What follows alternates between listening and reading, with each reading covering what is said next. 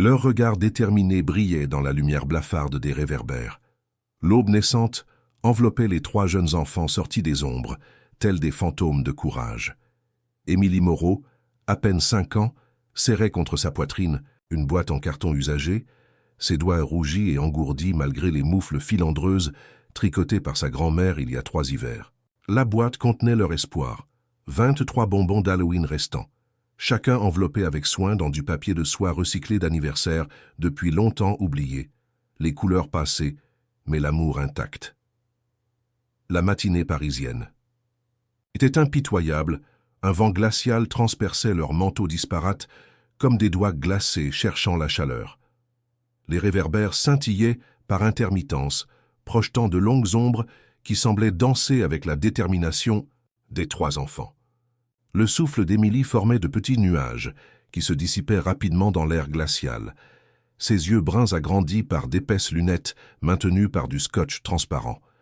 Une réparation qu'elle avait faite elle-même lorsqu'elle s'était cassée il y a des semaines. Caleb Dubois, 6 ans mais sage au-delà de son âge, tenait la main de sa petite sœur Mia avec la gravité de quelqu'un qui avait appris trop tôt que le monde pouvait être dur et impitoyable. Ses cheveux bouclés dépassaient d'un bonnet tricot qui avait vu trop d'hiver, sa couleur bleue d'origine étant devenue un gris-vert trouble. Le bonnet avait été celui de son père avant que l'homme ne disparaisse dans le vide qui engloutit les pères incapables d'assumer leurs responsabilités. À côté de lui, Mia restait silencieuse et déterminée, serrant une pancarte écrite avec des lettres de crayons inégales qui briseraient le cœur de n'importe quel adulte.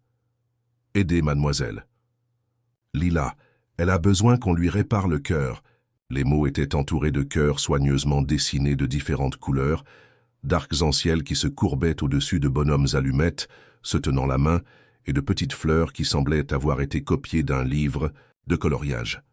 Le carton lui-même avait été récupéré derrière une épicerie, portant encore les contours pâles de ce qui avait autrefois fait la publicité de papier toilette. La cohue matinale commençait à prendre de l'ampleur, comme une marée d'ambition et d'urgence. L'avenue de Clichy se transformait de la rue tranquille de l'Aube en l'artère animée qui menait les travailleurs parisiens vers leur destin quotidien. Le trottoir se remplissait de gens vêtus de manteaux épais et de chaussures cirées, tous se déplaçant avec la précision calculée de vie qui n'avait pas de temps pour 3 enfants grelottants et leurs marchandises faites maison.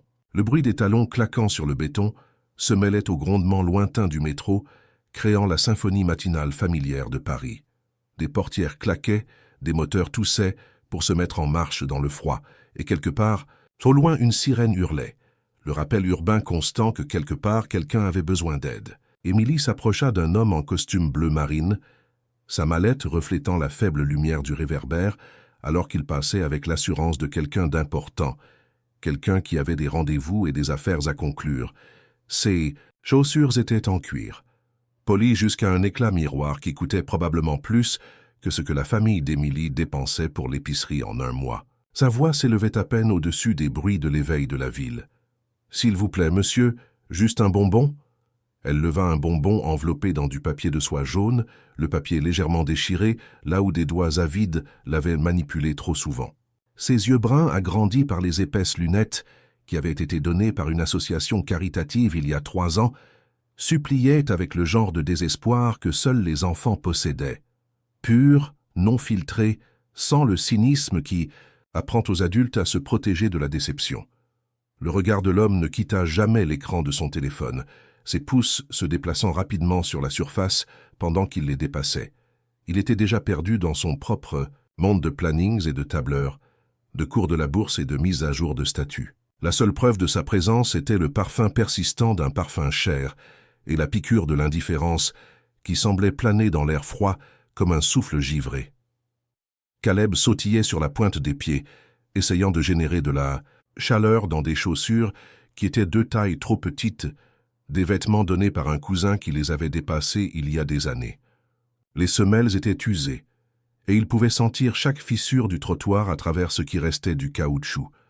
Son sourire ne faiblissait jamais, malgré la sensation de vide dans son estomac qui était son compagnon constant depuis le dîner d'il y a 2 soirs. La dernière fois qu'il y avait eu assez de nourriture pour tout le monde. « Achetez-en 2 et vous pourrez choisir la couleur », cria-t-il à une femme qui passait en claquant des talons qui coûtaient probablement plus que le loyer mensuel de sa famille. Son manteau était en laine, parfaitement taillé, et elle se tenait avec l'air de quelqu'un qui ne s'était jamais demandé d'où viendrait son prochain repas. Elle s'arrêta, les regarda avec un mélange de pitié et d'agacement qui semblait dire « Comment osez-vous interrompre ma vie importante avec vos petits problèmes ?» Puis secoua la tête parfaitement coiffée et continua sa marche vers l'entrée du métro. Un homme d'affaires portant un manteau cher et des gants en cuir passa, parlant fort dans un casque Bluetooth de prévision trimestrielle et de pénétration du marché. Émilie essaya d'attirer son attention, mais il les contourna comme s'ils étaient des éléments du décor urbain, des obstacles à franchir plutôt que des enfants dans le besoin. Une jeune mère passa avec un enfant en bas âge dans une poussette, la poussant rapidement. L'enfant dans la poussette pointa et dit « Maman, qu'est-ce qu'ils font ?» Mais la mère dit seulement « Ne les regarde pas, mon chéri » et marcha, plus vite. Chaque rejet affectait les enfants différemment. Les épaules d'Émilie s'affaissaient un peu plus à chaque renvoi, sa prise sur la boîte de bonbons se resserrant, comme si la tenir de plus près pouvait, d'une manière ou d'une autre, générer les ventes dont ils avaient désespérément besoin.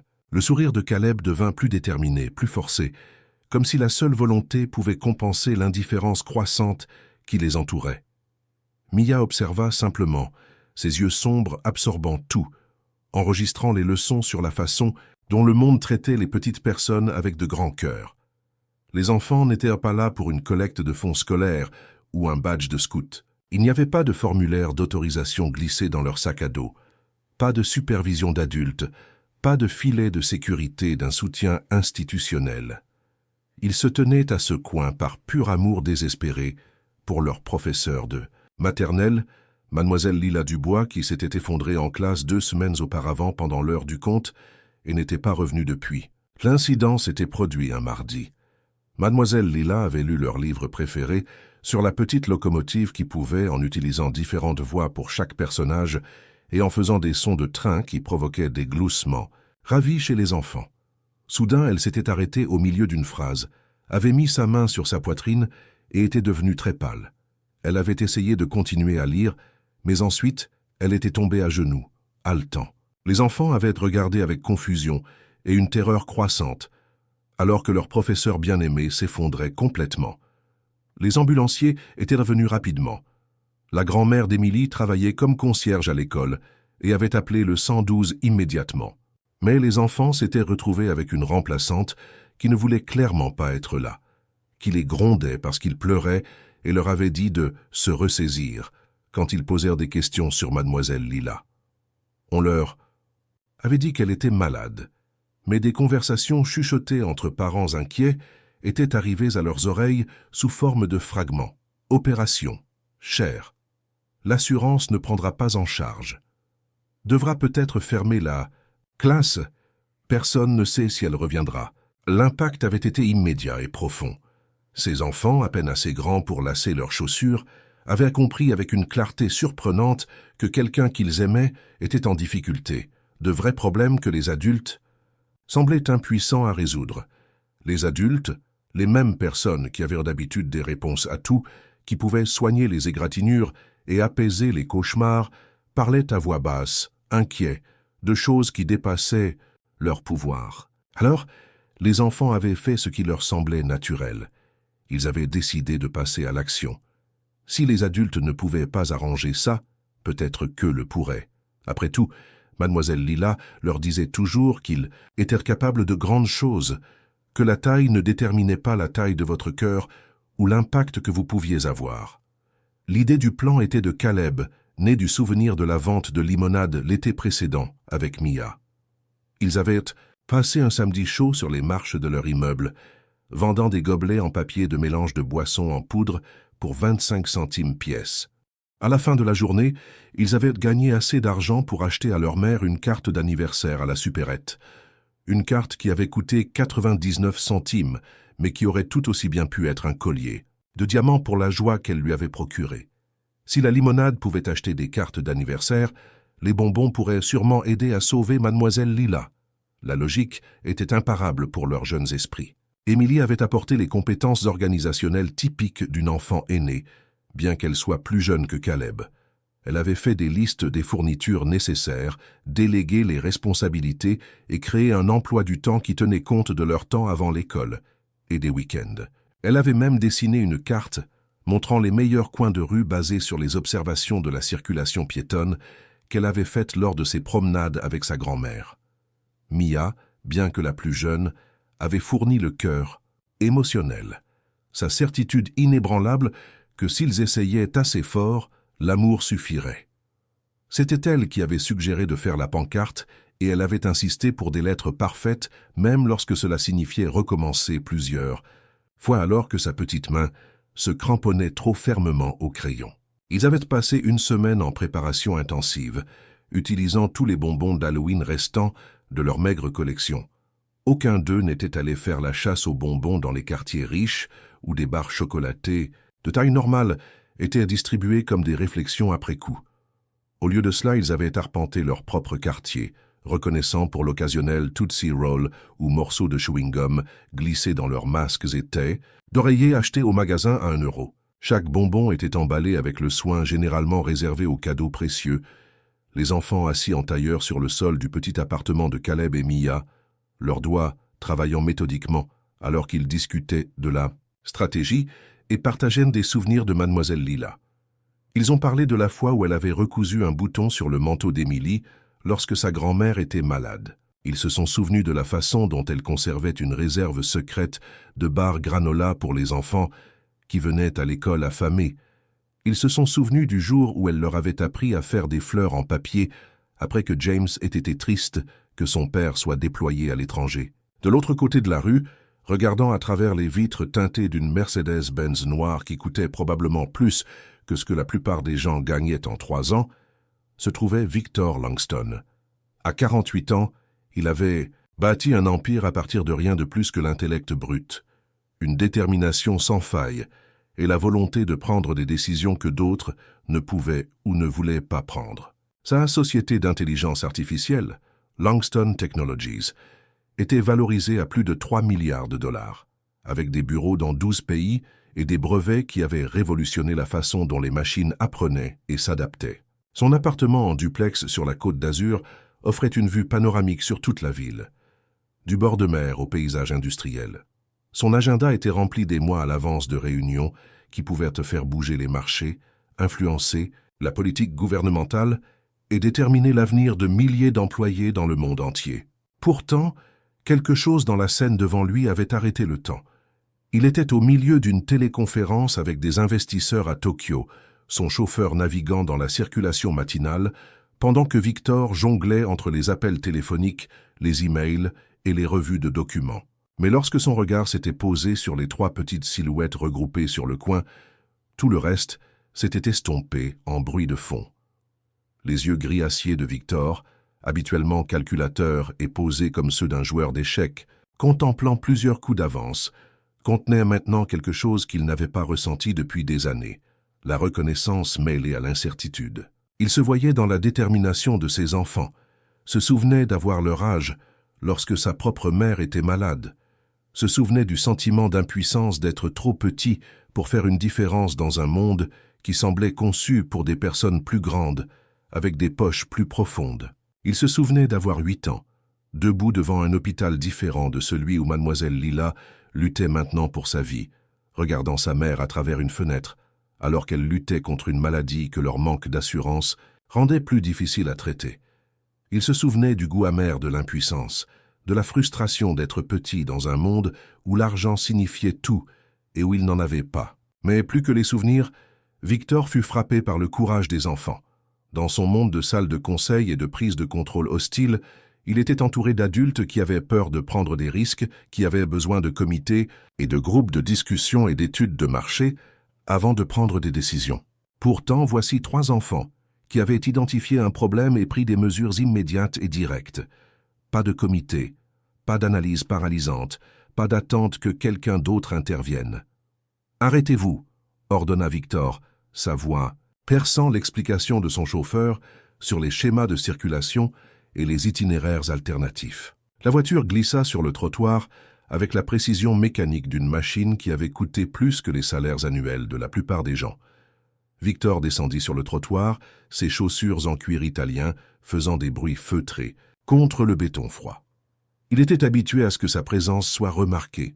Dans les salles de conseil, il attirait l'attention avant de parler, sa réputation précédant son entrée dans chaque négociation. Mais ses enfants étaient trop concentrés sur leur mission désespérée pour enregistrer l'approche de l'un des hommes les plus puissants de Paris. Il s'approcha lentement, remarquant des détails que la plupart des adultes auraient manqués dans leur précipitation. La manière soignée dont Émilie vérifiait chaque bonbon avant de l'offrir, s'assurant que l'emballage en papier de soie était parfait. La façon dont Caleb se tenait légèrement en avant de sa sœur, protecteur malgré seulement 1 an de plus. La façon dont Mia tenait son panneau comme un bouclier et une arme, sa petite mâchoire serrée avec une détermination qui aurait été impressionnante chez un adulte. L'homme d'affaires, Victor, les étudia comme un marché qu'il devait comprendre. Leurs produits, des bonbons faits maison enveloppés dans du papier de soie récupéré, étaient au mieux amateurs. Leur marketing, 3 petits-enfants avec un panneau dessiné à la main, aurait échoué à n'importe quel groupe de discussion. Leur cible démographique, des navetteurs pressés de se rendre au travail, n'aurait pu être moins réceptive à leur message. Pourtant, quelque chose dans leur authenticité, leur motivation pure, leur volonté de supporter l'inconfort pour quelqu'un qu'ils aimaient, lui apparut comme plus professionnel que tout ce qu'il avait vu lors d'années de présentation d'entreprise. Victor s'accroupit lentement, ramenant son costume coûteux à leur niveau, sa voix plus douce qu'elle ne l'avait été dans n'importe quelle salle de conseil. Le mouvement était étrange. Quand était-ce la dernière fois qu'il s'était physiquement abaissé pour quelqu'un? Dans son monde, les gens se levaient quand il entrait dans les pièces, se penchaient en avant quand il parlait, ajustaient à leurs horaires pour s'adapter aux siens. « Pour qui vendez-vous » demanda-t-il, sa voix dégageant une chaleur qui le surprit. Mia leva les yeux la première, ses yeux sombres méfiants, mais pas effrayés. Il y avait quelque chose dans son expression qui lui rappelait sa sœur à cet âge. Une méfiance née d'une expérience au-delà de ses années, le regard d'un enfant qui avait appris à lire l'humeur et les intentions des adultes pour survivre. Sa voix sortit forte et claire, comme sa professeure le lui avait appris. « Notre professeure, mademoiselle Lila, elle est à l'hôpital et n'a pas d'argent pour son opération. » Émilie s'avança, ses lunettes glissant sur son petit nez comme les lunettes le font quand elles ne sont pas tout à fait à la bonne taille, un autre rappel des compromis qui accompagnent la pauvreté. Elle les remonta avec une facilité pratiquée, un geste si automatique qu'il se produisait clairement des dizaines de fois par jour. « C'est la professeure la plus gentille du monde », ajouta rapidement Émilie, puis baissa la voix comme pour partager un secret sacré. « Elle nous apporte de la soupe quand on est malade, de son propre thermos, même quand elle n'a pas elle-même de déjeuner. Une fois, elle m'a donné son sandwich quand j'avais oublié le mien, et puis elle a fait semblant de ne pas avoir faim quand son ventre a fait des gargouillis pendant l'heure du compte. » Caleb acquiesça avec enthousiasme, ses boucles rebondissant. Et quand Roberto a eu la varicelle, elle lui a envoyé des cartes de prompt rétablissement tous les jours, jusqu'à ce qu'il puisse revenir à l'école.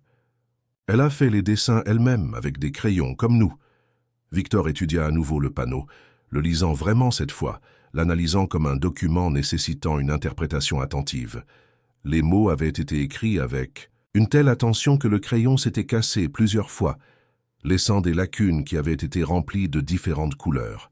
Rouge pour aider, violet pour mademoiselle, bleu pour Lila, vert pour elle et jaune pour « a besoin qu'on lui répare le cœur ». L'amour derrière chaque lettre était indéniable, palpable d'une manière qui lui serra la poitrine de façon inattendue. Au cours de ses années d'affaires, il avait lu des milliers de contrats, de propositions et de rapports. Il s'était entraîné à regarder au-delà du langage émotionnel pour trouver les faits, les chiffres, le résultat net. Mais ce simple panneau créé par des enfants qui savaient à peine écrire communiquait plus de vérité que n'importe quel document d'entreprise qu'il ait jamais vu. « Depuis combien de temps êtes-vous là » demanda-t-il, remarquant la façon dont ils se balançaient légèrement sur leurs pieds, l'épuisement sur leurs jeunes visages partiellement cachés par la détermination et l'adrénaline. « Depuis que le soleil dormait » répondit Caleb, pointant vers l'horizon où des lueurs de l'aube étaient encore visibles. « On est venu à pied parce que le bus coûte de l'argent, et on a besoin de tout notre argent pour mademoiselle Lila. » Il leva un billet froissé et de la monnaie, les comptant avec l'attention minutieuse de quelqu'un pour qui chaque sou comptait. On a 7,32 € pour l'instant. Hier, c'était notre premier jour, et on a vendu 4 bonbons. Émilie ajouta, « Madame Rodriguez de la laverie en a acheté 2, et elle nous a donné 1/4 de franc en plus. Elle a dit que c'était pour notre courage. » La réalisation frappa Victor comme un coup physique, le faisant légèrement basculer sur ses talons.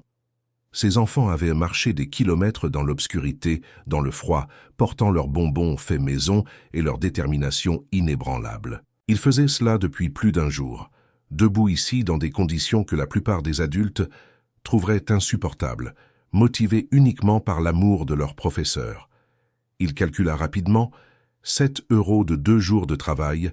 À ce rythme, il leur faudrait environ 27 ans pour réunir suffisamment d'argent pour une intervention chirurgicale majeure. Les mathématiques étaient cruelles, mais les enfants ne semblaient pas comprendre l'impossibilité de la même manière que les adultes. « Avez-vous mangé aujourd'hui » demanda Victor, bien qu'il connaisse déjà la réponse à la façon dont le ventre d'Émilie choisit ce moment pour gargouiller de manière audible, le son entrant en compétition avec le bruit de la circulation matinale.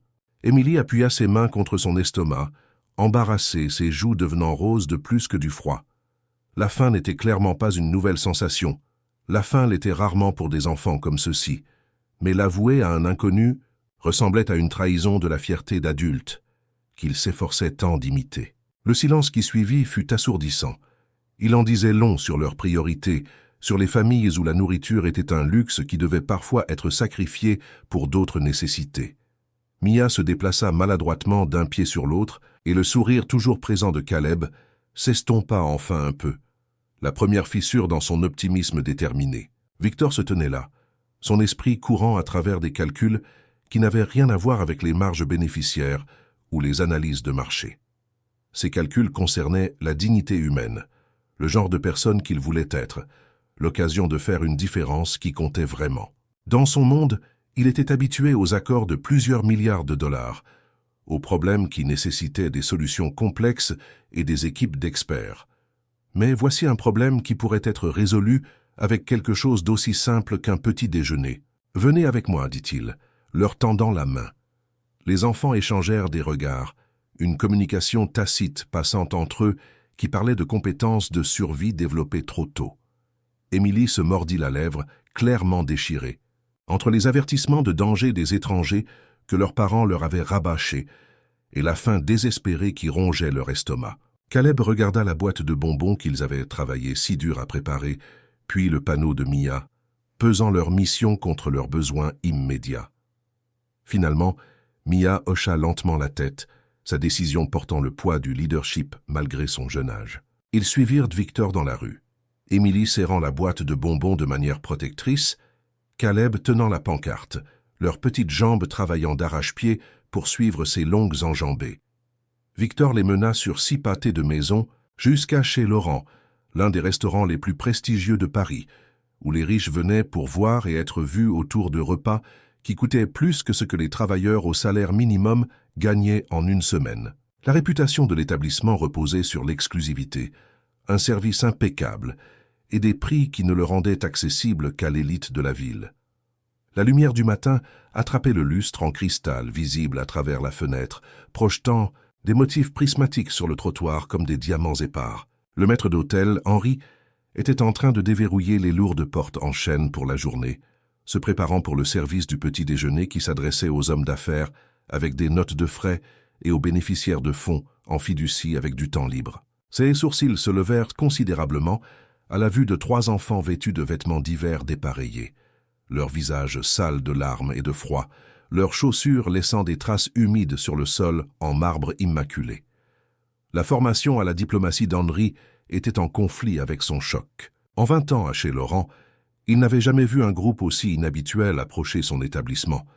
Ses yeux passèrent des enfants à Victor, essayant de comprendre cette situation sans précédent. Mais la présence de Victor et, plus important encore, le poids de son patronage au fil des ans, réprima toute protestation avant qu'elle ne commence. « Une table pour 4, monsieur Langston? Le même boudoir qu'à l'habitude ?» Victor remarqua la neutralité prudente dans la voix d'Henri, la façon dont il ne prit pas en compte la nature inhabituelle des compagnons de Victor. C'était ce Genre de professionnalisme que Victor payait à des prix élevés. La capacité de s'adapter sans jugement ni commentaire. « S'il vous plaît », répondit simplement Victor, notant comment les yeux des enfants s'écarquillèrent lorsqu'ils découvrirent les environs opulents. L'intérieur de chez Laurent ressemblait à un voyage dans un autre monde, un monde d'élégance à l'ancienne et de luxe discret. Des verres en cristal scintillaient sur chaque table, chacun poli à la perfection et positionné avec une précision mathématique.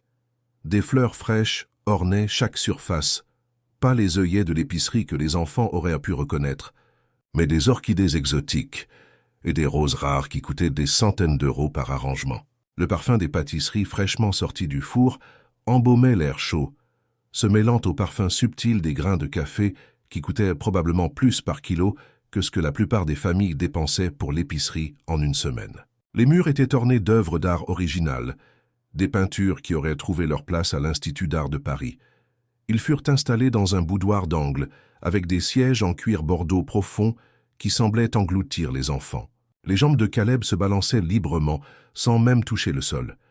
Mia se pressa dans le coin du boudoir, serrant toujours sa pancarte comme une couverture de sécurité, tandis qu'Émilie posa soigneusement la boîte de bonbons sur la table comme si elle contenait des bijoux précieux, plutôt que des restes d'Halloween enveloppés de papier.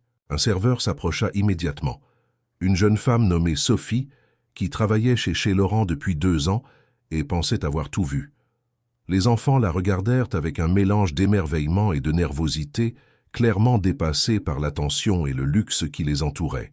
Victor commanda sans consulter les menus, sa décision étant basée sur des années de patronage et de compréhension de ce que la cuisine pouvait fournir. Ces demandes vinrent rapidement. Chocolat chaud, avec de la crème fouettée et des guimauves. En plus, gaufres belges avec des fraises fraîches et du sucre glace, œufs brouillés faits avec des herbes fraîches du jardin du restaurant, bacon croustillant de porc de race, pain perdu fait avec du pain brioché et saupoudré de cannelle, salade de fruits frais avec des fruits tropicaux exotiques, jus d'orange fraîchement pressé à partir d'oranges biologiques et toast beurré avec de la confiture de fraises faite sur place. Sophie hocha la tête et disparut vers la cuisine, essayant de ne pas montrer sa surprise face à la table inhabituelle et à la commande de petits déjeuners extravagantes. Pendant qu'ils attendaient leur nourriture, Victor regarda vraiment les enfants pour la première fois, les voyant comme des individus plutôt que comme un groupe. Les lunettes d'Émilie étaient maintenues ensemble par du scotch transparent au niveau du pont, une réparation qu'elle avait probablement faite elle-même avec la précision minutieuse de quelqu'un habitué à faire durer les choses.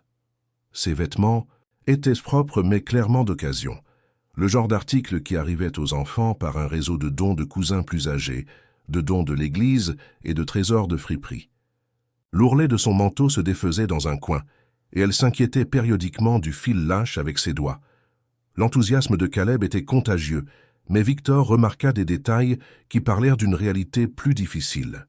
La façon dont il touchait son estomac inconsciemment, comment ses yeux suivaient chaque serveur portant de la nourriture vers d'autres tables, la manière dont il était assis au bord du siège comme s'il était prêt à s'enfuir à tout moment. Ses chaussures n'étaient pas seulement trop petites, mais aussi usées au niveau des semelles, ce qui suggérait beaucoup de marches sur le béton et peu d'occasions de remplacement.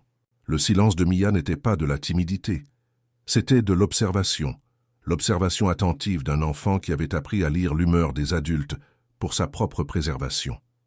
Elle étudiait tout, la façon dont les autres convives tenaient leurs fourchettes, les mouvements des serveurs, les expressions sur les visages des personnes aux tables voisines. Elle apprenait, cataloguant les informations qui pourraient lui être utiles plus tard. La nourriture commença à arriver par vagues, assiette après assiette de délices du petit déjeuner que la plupart des habitants de Paris ne pouvaient que rêver de se permettre. Les enfants fixèrent l'abondance avec de grands yeux, comme s'ils avaient peur de toucher quoi que ce soit, de peur que cela ne disparaisse comme un mirage. Le chocolat chaud arriva en premier, servi dans des tasses en porcelaine qui coûtaient probablement plus que ce que les familles des enfants dépensaient pour la vaisselle en une année. La crème fouettée était empilée, saupoudrée de cacao, en poudre et garnie de guimauves miniatures qui ressemblaient à de petits nuages. Viennent ensuite les gaufres, dorées et croustillantes, disposées artistiquement sur des assiettes chaudes, avec des fraises fraîches, coupées en forme parfaite, et une petite montagne de sucre glace qui ressemblait à de la neige. Les œufs brouillés étaient moelleux et parsemés d'herbes, accompagnés de bacon qui crépitait de graisse résiduelle et embaumait l'air de son riche arôme. « Allez-y », encouragea doucement Victor, remarquant leur hésitation. « C'est tout. Pour vous. » Ils commencèrent à manger avec la politesse désespérée d'enfants affamés, essayant de se souvenir de leurs manières. Mais à mesure que la nourriture chaude frappait leur système, que le chocolat chaud les réchauffait de l'intérieur, leur réserve commença à s'effriter. Les histoires jaillirent entre les bouchées de gaufres et les gorgées de jus, leur voix devenant plus animée à chaque assiette vidée. Ils lui parlèrent de Mademoiselle Lila, de la manière dont les enfants racontent des histoires, avec enthousiasme, répétition et un accent sur les détails qui comptaient pour eux. Émilie expliqua comment Mademoiselle Lila chantait des comptines de multiplication qui rendaient l'apprentissage amusant, comment elle transformait les problèmes de maths en aventures, où les nombres étaient des personnages avec des personnalités et des motivations. « Elle fait cette chanson sur les 7 nains », expliqua Émilie entre 2 bouchées de pain perdu, « et chaque nain nous apprend une façon différente d'ajouter 7.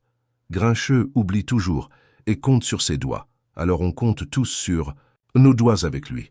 On dirait pas une classe de maths, on dirait l'heure du compte. » Caleb hocha la tête avec enthousiasme, du sirop dégoulinant de sa fourchette alors qu'il gesticulait. « Et elle a ce casier spécial dans notre classe où elle garde des chaussettes et des crayons supplémentaires, et même des crackers. Elle ne dit jamais rien quand on a besoin de quelque chose là-dedans. Elle fait juste semblant de ne pas remarquer quand Marcus a de nouvelles chaussettes parce que les siennes sont mouillées, ou quand Sarah a un crayon parce que le sien s'est cassé et que sa maman n'a pas pu en acheter d'autres. » La contribution de Mia fut plus discrète, mais peut-être la plus profonde. Elle nous lit pendant la sieste tous les jours. Pas juste le même livre, mais de nouveaux livres tout le temps. Des livres sur des enfants qui nous ressemblent, qui vivent dans des endroits comme le nôtre. Elle les emprunte à la bibliothèque, avec sa propre carte parce que l'école n'a pas d'argent pour de nouveaux livres. Ils lui racontèrent le jour où elle avait apporté une guitare et leur avait appris à écrire des chansons sur leurs sentiments, les aidant à transformer la colère et la tristesse en mélodies et en rimes. Ils décrivirent de comment elle n'avait jamais élevé la voix, même lorsque la classe était chaotique, utilisant plutôt sa voix magique, un murmure qui, d'une manière ou d'une autre, attirait plus d'attention que n'importe quel cri ne le pourrait. « Quand Carlos m'a jeté des blocs pendant la récréation, » raconta Émilie, prenant une gorgée de jus d'orange avec précaution, « Mademoiselle Lila n'a pas crié ou ne l'a pas envoyé au bureau du directeur comme le font les autres. Professeur. » Elle s'est assise avec lui pendant le déjeuner et a demandé pourquoi il était triste. Il s'est avéré que ses parents se disputaient tous les soirs et il avait peur qu'ils divorcent comme les parents de Tommy l'ont fait.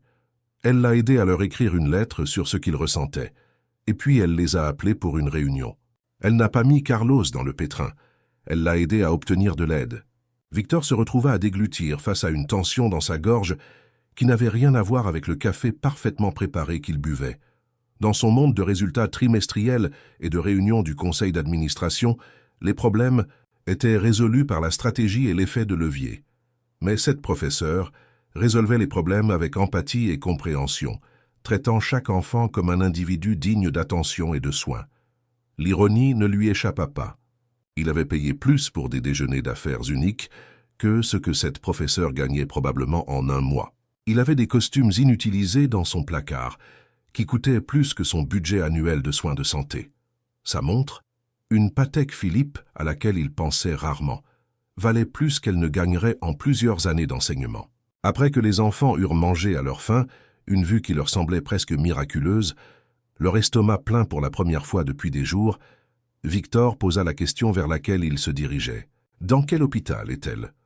Ils lui donnèrent l'information avec la solennité d'une prière, des détails qu'ils avaient mémorisés comme des talismans. Hôpital général de Paris, chambre 314. La gentille infirmière avec le stéthoscope. Rose travaille habituellement le matin. Elle sourit toujours quand on pose des questions sur Mademoiselle Lila, même si les heures de visite ne sont que pour les familles. Caleb ajouta « On a essayé de lui rendre visite, mais on nous a dit qu'on n'était pas de la famille. La grand-mère d'Émilie travaille là-bas à nettoyer les bureaux la nuit, et elle a vu mademoiselle Lila à travers la fenêtre. Elle a dit que mademoiselle Lila avait l'air triste. Cet après-midi-là, alors que les enfants retournaient à l'école, Victor les y avait personnellement conduits, s'assurant qu'ils ne seraient pas en retard, il prit une décision qui allait changer toute leur vie. Mais d'abord, il avait quelqu'un à rencontrer.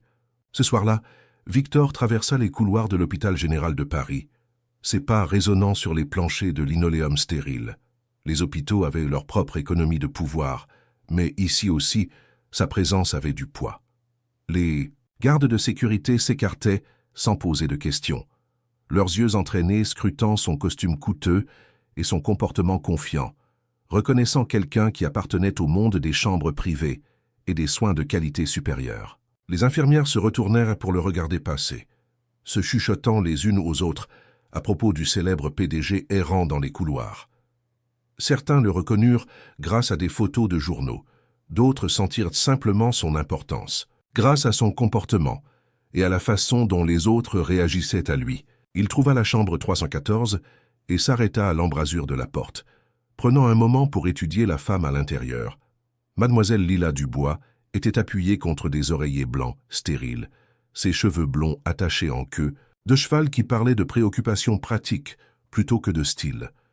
L'élastique avait perdu la plus grande partie de son adhérence il y a des heures, laissant des mèches encadrer son visage d'une manière qui la faisait paraître plus jeune et plus vulnérable qu'elle ne l'était probablement. Elle lisait à haute voix dans un livre d'images, répétant ses leçons même ici, même maintenant. Le livre parlait de courage, de petites créatures faisant de grandes choses, et sa voix portait la même chaleur et la même animation qui avaient captivé ses élèves. Elle faisait différentes voix pour chaque personnage, changeant sa hauteur et son accent, utilisant des gestes de la main même si aucun enfant n'était là pour les voir. En la regardant de plus près, Victor pouvait voir qu'elle avait l'air plus jeune qu'il ne s'y attendait, peut-être 35 ans, avec de douces rides autour de ses yeux verts qui parlaient d'années de sourires sincères plutôt que de politesse. Professionnelle. Ses mains bougeaient avec expressivité pendant qu'elle lisait, peignant des images dans l'air qu'aucun enfant n'était là pour voir. Même à l'hôpital, même seule, elle était professeure. Elle sentit sa présence et leva les yeux, clignant des yeux avec confusion devant le grand homme en costume coûteux debout dans son embrasure de porte. Sa main se déplaça instinctivement pour lisser ses cheveux, un geste de quelqu'un non habitué aux visiteurs importants, quelqu'un qui avait appris à s'excuser pour son apparence avant que quiconque ne lui pose la question. « Je suis désolée, je vous connais », demanda-t-elle, sa voix portant l'enrouement qui provenait d'une affection cardiaque qui rendait la simple respiration difficile. « Non », dit doucement Victor, entrant dans la chambre sans y être invité, mais non sans être le bienvenu. Malgré l'absence de présentation, il y avait quelque chose dans ses manières, calme, respectueux, sincèrement intéressé, qui la fit se détendre légèrement. « Mais vos élèves vous connaissent, et ils sont restés dans le froid toute la matinée à vendre des bonbons faits maison pour vous sauver. » Des larmes lui montèrent instantanément aux yeux, débordant sur ses joues pâles avant qu'elle ne puisse les arrêter. Sa main alla à sa bouche, un sanglot s'échappant malgré ses efforts pour le retenir. « Oh mon Dieu, non, c'est bébé. Ils n'étaient pas censés. Je ne leur ai jamais demandé de... » Sa voix se brisa complètement, les mots se dissolvant en larmes qui semblaient en venir des profondeurs de son épuisement et de son amour. « On n'a pas besoin de le demander, » interrompit doucement Victor, tirant la chaise du visiteur plus près de son lit et s'asseyant avec précaution. Le geste était simple mais profond, un milliardaire se mettant à l'aise dans une chambre d'hôpital avec quelqu'un qu'il n'avait jamais rencontré. « Ils m'ont dit ce que vous avez fait pour eux, comment vous les avez aimés, comment vous vous êtes sacrifié pour eux, en mettant leurs besoins avant les vôtres. Cela m'a ému d'une manière qui... » Il s'arrêta, cherchant des mots qui ne figurèrent pas dans son vocabulaire habituel des fusions et acquisitions, des marges bénéficiaires et de la planification stratégique. D'une manière qui m'a rappelé qui j'étais autrefois. À travers ses larmes, Lila murmura « Ce ne sont que des bébés. Ils ne devraient pas s'inquiéter de mes problèmes. Ils devraient jouer, apprendre, être des enfants, pas rester au coin des rues pour essayer de sauver leurs professeurs de problèmes, créés par les adultes. Peut-être pas. acquiesça Victor, se penchant légèrement en avant. Mais ils s'inquiètent. Vous leur avez montré à quoi ressemble l'amour en action, ce que signifie le sacrifice quand il est sincère, ce que signifie prendre soin des autres même quand personne ne prend soin de vous. Ils ont 5 et 6 ans, et ils comprennent quelque chose que la plupart des adultes n'apprennent jamais, que nous avons la responsabilité de prendre soin des personnes qui prennent soin de nous. Il fouilla dans la poche de sa veste et sortit son téléphone, lui montrant des photos que son assistante avait prises ce matin-là. Des images discrètes des 3 enfants avec leurs boîtes de bonbons, leurs panneaux levés haut, leurs visages déterminés face à la foule matinale d'adultes indifférents. « Parlez-moi d'eux », demanda Victor, se laissant aller dans la chaise d'hôpital inconfortable. « D'Emily, Caleb et Mia. Je les ai rencontrés ce matin, mais je veux les connaître à travers vos yeux. » L'expression de Lila s'adoucit, les larmes ralentissant alors que l'amour remplaçait le désespoir. Sa voix devint plus forte, alors qu'elle parlait des enfants qui étaient devenus bien plus que des élèves pour elle. « Émilie est brillante d'une manière que les tests ne peuvent pas mesurer, » commença-t-elle, tombant inconsciemment dans le rythme d'un parent décrivant des enfants bien-aimés. Elle lit à un niveau bien supérieur à celui de ses camarades de classe, mais elle ne donne jamais l'impression aux lecteurs en difficulté d'être stupide. Elle s'assoit avec eux pendant le temps de lecture libre, les aidant à prononcer les mots, célébrant leur victoire comme si c'était les siennes. Sa grand-mère l'a élevée après que ses parents soient morts dans un accident de voiture quand elle avait 2 ans. La grand-mère travaille 3 emplois mais est toujours bénévole à chaque événement scolaire, aidant à la bibliothèque, accompagnant les sorties scolaires. Elle s'arrêta pour essuyer ses yeux, puis continua. Émilie se souvient de toutes, l'anniversaire de chaque enfant, de quoi ils sont allergiques, qui a besoin d'une aide supplémentaire avec certains sujets. Elle fait des cartes d'anniversaire pour les enfants dont les familles n'ont pas les moyens de faire des fêtes. Elle les dessine elle-même, avec ses dessins élaborés qui lui prennent probablement des heures. Victor imagina la petite fille avec les lunettes scotchées, la façon soignée dont elle avait vérifié chaque bonbon avant de l'offrir. Maintenant, il comprenait la source de son attention méthodique aux détails. Et Caleb, la voix de Lila, devint plus chaleureuse. Il est notre soleil. Il a traversé plus de traumatismes que n'importe quel enfant ne devrait avoir à endurer. Son père est parti quand Mia est née. Il est parti un jour et n'est jamais revenu. Sa mère travaille en double à 2 entreprises de nettoyage différentes, essayant de les nourrir et de les loger. Mais Caleb ne se plaint jamais. Il fait des blagues quand les autres enfants sont tristes, partage son goûter même quand c'est tout ce qu'il a pour le déjeuner. Elle sourit à travers ses larmes. Il protège Mia comme si elle était faite de verre, mais il ne lui donne jamais l'impression d'être faible ou impuissante. Il l'inclut dans tout, traduit pour elle quand elle est trop timide pour s'exprimer, se bat pour elle sans lui enlever son autonomie. Je l'ai vu avoir faim pour que Mia puisse avoir sa pomme, puis lui dire que c'était parce qu'il n'avait pas faim et non parce qu'il faisait un sacrifice. Victor hocha la tête, se souvenant comment Caleb s'était tenu protecteur devant sa sœur ce matin, la façon dont il avait maintenu son sourire même quand il était clairement épuisé. « Et Mia, » continua Lila, sa voix devenant encore plus douce, « elle est l'observatrice, la philosophe de notre petit groupe. Elle ne dit pas grand-chose, mais quand elle le fait, c'est profond. Elle remarque tout, qui pleure, qui a besoin d'aide, qui se sent exclu. Elle dessine des dessins de tout le monde dans la classe en train de faire des choses qu'ils aiment, des choses qui les rendent heureux, et les offre en cadeau. » Lila fit une pause, regardant par la fenêtre les lumières de la ville qui commençaient à scintiller dans le crépuscule. « Elle m'a un jour dessiné en super-héroïne parce que je l'aidais à se sentir en sécurité à l'école. Elle a dit que son super-pouvoir était de faire sentir du courage aux enfants effrayés. Elle a cette façon de voir dans le cœur des gens qui est à la fois belle et déchirante chez quelqu'un d'aussi jeune. » La chambre d'hôpital tomba dans le silence, à l'exception du bip régulier des machines et des bruits lointains de la vie hospitalière. Victor analysa ce qu'il avait appris, pensant à la rencontre du matin sous un nouveau jour. Ce n'étaient pas n'importe quels enfants vendant des bonbons, c'était précisément ces enfants, façonnés par cette professeure, motivés par un amour qui avait été soigneusement cultivé et rendu, les factures d'hôpital, demanda Victor doucement, bien qu'il se doutât que la réponse serait aussi déchirante que tout ce qu'il avait appris d'autre. Les épaules de Lila s'affaissèrent sous le poids de la question. 80 000 € pour l'opération. Plus les frais de rétablissement, les médicaments, les rendez-vous de suivi. L'assurance a couvert 20%. Ils appellent le reste traitement expérimental, car la procédure est nouvelle. J'enseigne depuis 12 ans, je n'ai jamais gagné plus de 35 000 € par an.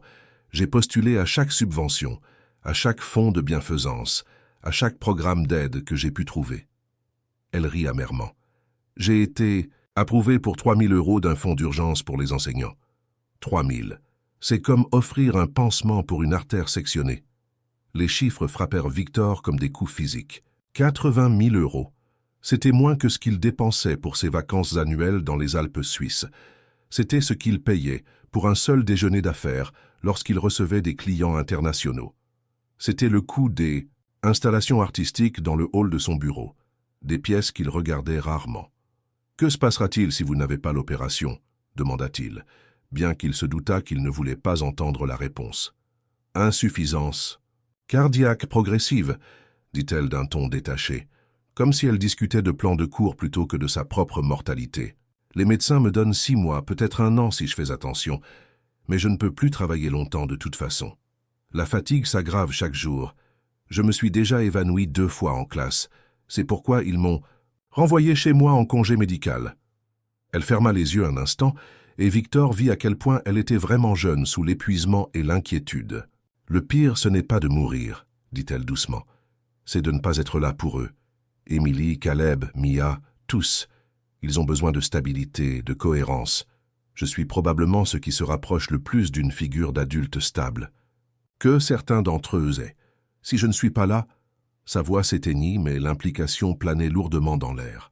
Victor pensa à sa propre professeure de maternelle, Madame Patterson, qui avait reconnu quelque chose en lui que personne d'autre n'avait vu, un potentiel que même sa propre mère n'avait pas remarqué. Qu'aurait été sa vie sans cet encouragement? Précoce. Victor se leva et se dirigea vers la fenêtre, regardant les lumières de la ville qui scintillaient comme des étoiles terrestres. Quelque part là-bas, 3 enfants dormaient dans des appartements exigus, rêvant de moyens de sauver leur professeur.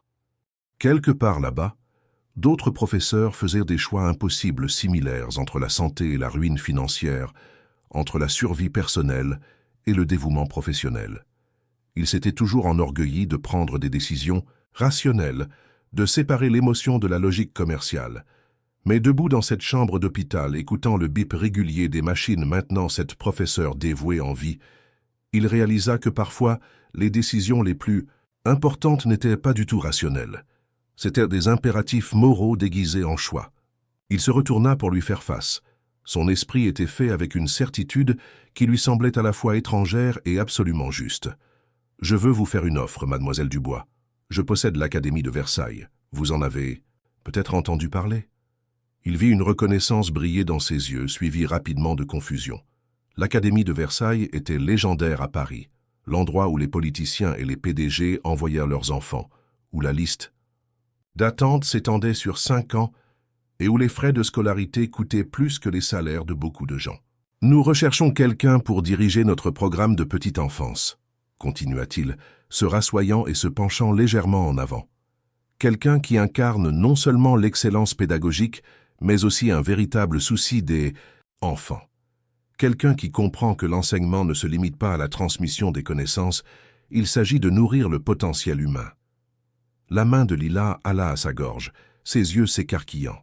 « Je ne comprends pas. Pourquoi ?»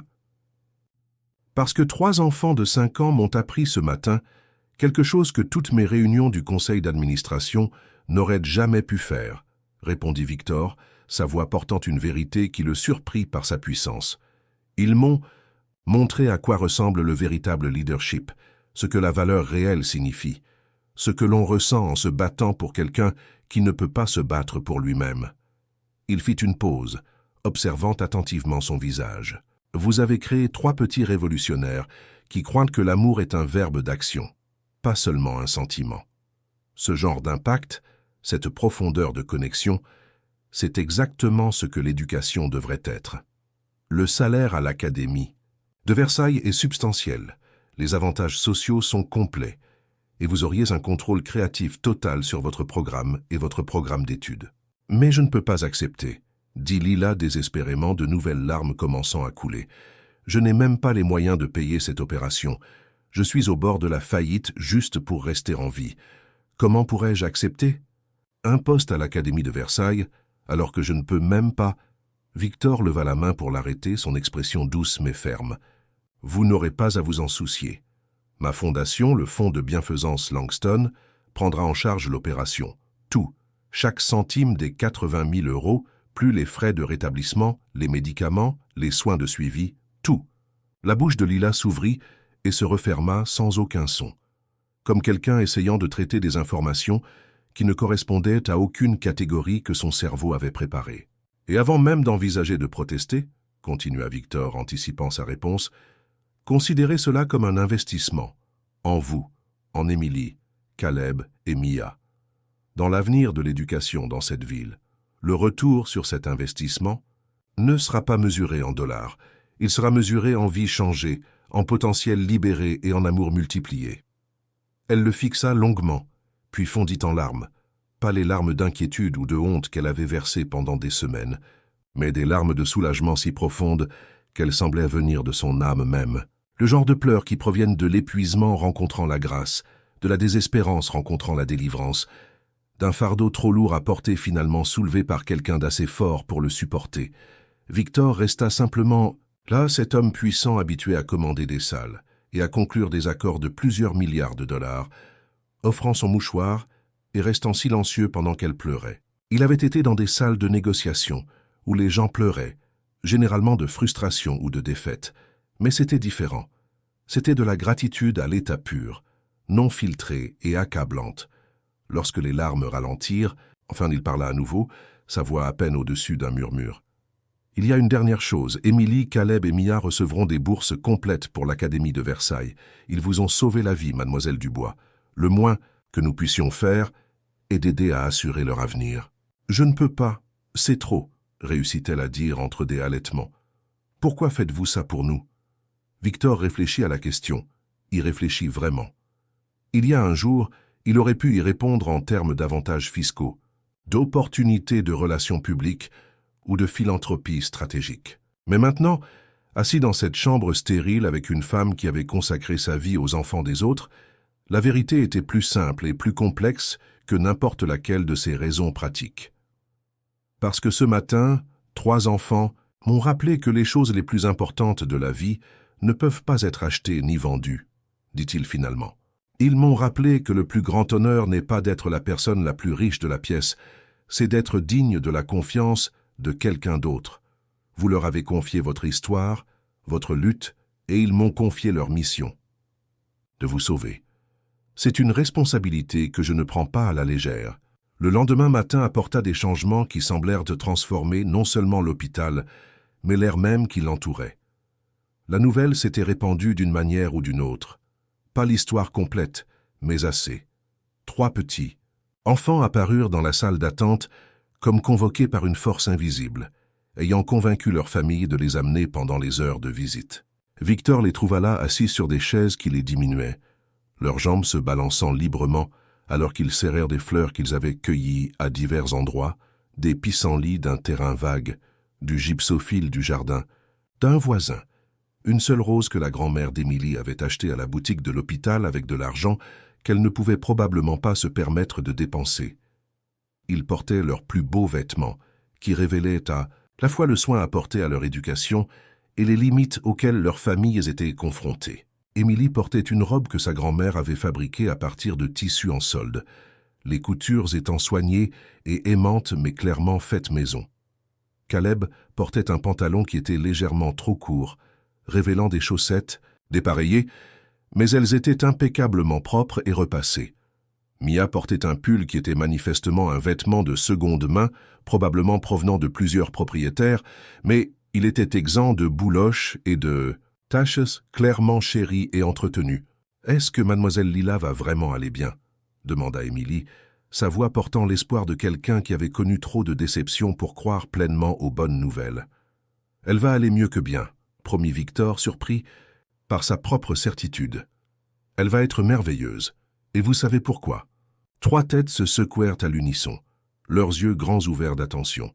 Parce qu'elle a 3 enfants très spéciaux qui l'aiment assez pour se tenir au coin des rues dans le froid. Un amour comme ça, c'est de la magie puissante. Les médecins sont très bons, mais l'amour les rend encore meilleurs. L'opération avait été programmée pour cet après-midi-là, et au fil des heures, de plus en plus de gens commencèrent à apparaître dans la salle d'attente. La grand-mère d'Émilie arriva après sa journée de travail matinale, portant toujours son uniforme de femme de ménage de l'hôpital. La mère de Caleb et Mia se présenta pendant sa pause déjeuner de l'un de ses emplois, l'inquiétude se lisant sur chaque ligne de son visage. Bientôt, des parents de l'école commencèrent à arriver, ayant appris la nouvelle par l'intermédiaire du réseau complexe de potins scolaires et de publications sur les réseaux sociaux. Des enseignants d'autres écoles apparurent, attirés par la solidarité avec une collègue en crise. Même certains des propres employés de Victor firent une halte, ayant appris la situation par le bouche à oreille qui circule dans tous les immeubles de bureaux. La salle d'attente devint une communauté improbable, avec des inconnus se liant d'amitié grâce à leur lien avec les enfants, à l'éducation, à la simple histoire humaine de gens qui prennent soin les uns des autres. Victor observa tout, cela avec fascination, réalisant que ce n'était pas quelque chose que son argent avait acheté. Ce rassemblement avait été créé par quelque chose de plus puissant que la richesse ou l'influence. Lorsque le chirurgien finit par sortir, encore en blouse chirurgicale, Victor se leva immédiatement. Les enfants se précipitèrent sur leurs pieds, se rapprochant inconsciemment, cherchant du réconfort dans la proximité. Le sourire du docteur. Rodriguez aurait pu alimenter l'hôpital pendant une semaine. L'opération a été parfaitement réussie, annonça-t-elle, regardant directement les enfants en premier. Le cœur de mademoiselle Dubois est maintenant fort et en bonne santé. Elle devrait se rétablir complètement. Les enfants crièrent si fort que plusieurs infirmières s'arrêtèrent dans leur élan, puis sourirent en voyant la source de la célébration. Le son d'une joie pure résonna dans le couloir, et en quelques minutes, d'autres patients avaient ouvert leurs portes pour voir ce qui se passait. Certains d'entre eux, attirés par l'enthousiasme contagieux, commencèrent également à applaudir.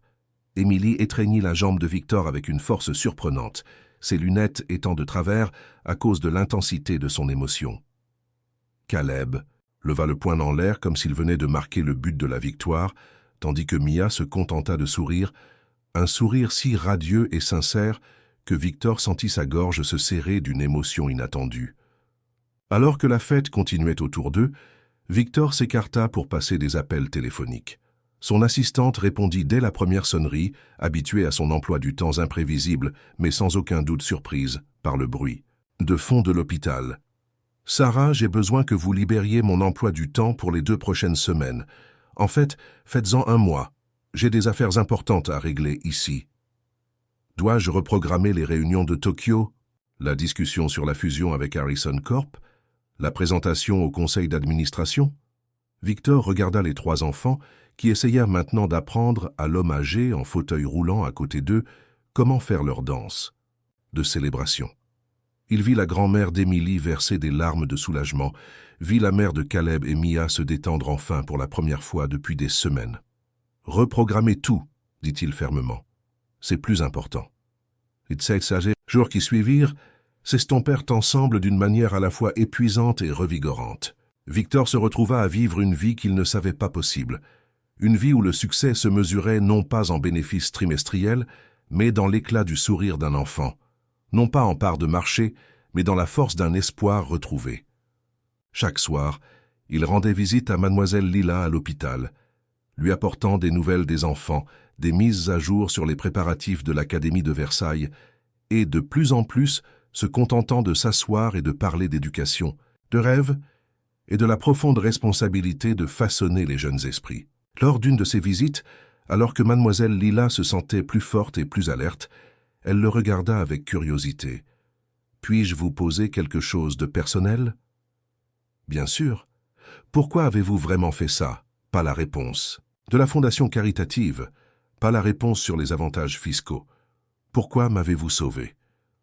Victor resta silencieux un long moment, regardant les lumières de la ville par la fenêtre. Quand il parla, sa voix était plus douce qu'elle ne l'avait jamais entendue. « J'ai grandi pauvre, dit-il simplement. Ma mère travaillait à 2 emplois et nous vivions dans un appartement d'une chambre avec 3 autres familles. J'étais en colère contre le monde, convaincu que rien ne changerait jamais, que les gens comme moi étaient destinés à rester piégés dans ce cycle pour toujours. Il se retourna pour lui faire face. Et puis, j'ai rencontré Madame Patterson, ma professeure de maternelle. Elle a vu quelque chose en moi que personne d'autre n'avait pris la peine de chercher.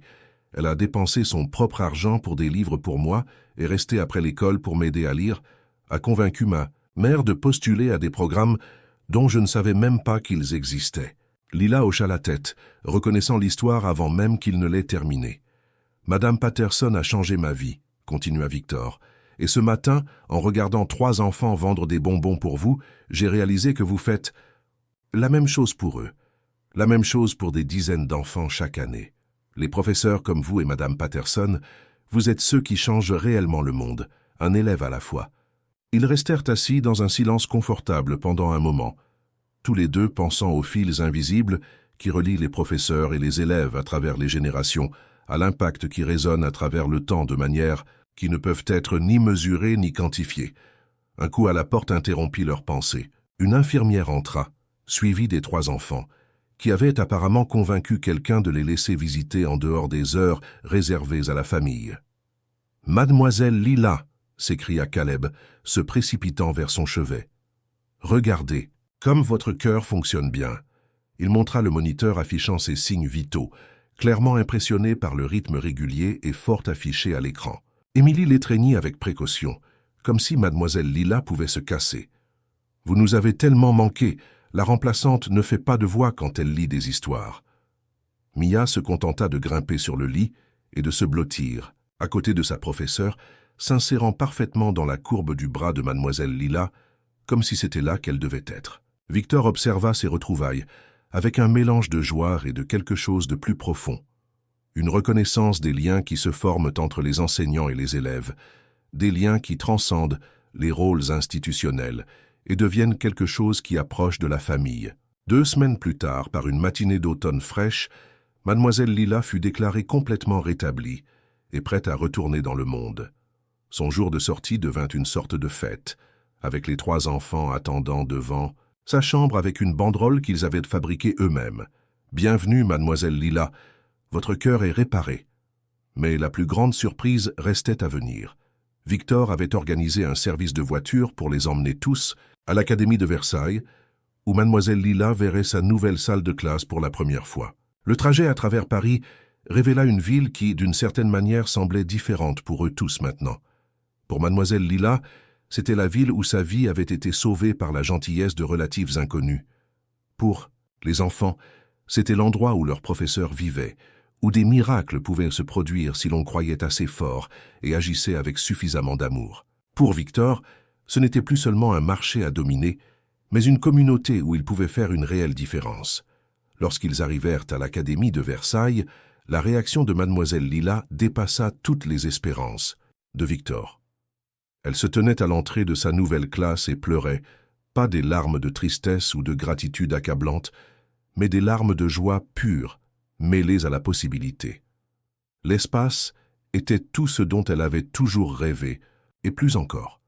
Des fenêtres s'étendaient du sol au plafond, laissant entrer des flots de lumière dorée qui semblaient danser sur les planchers en bois poli.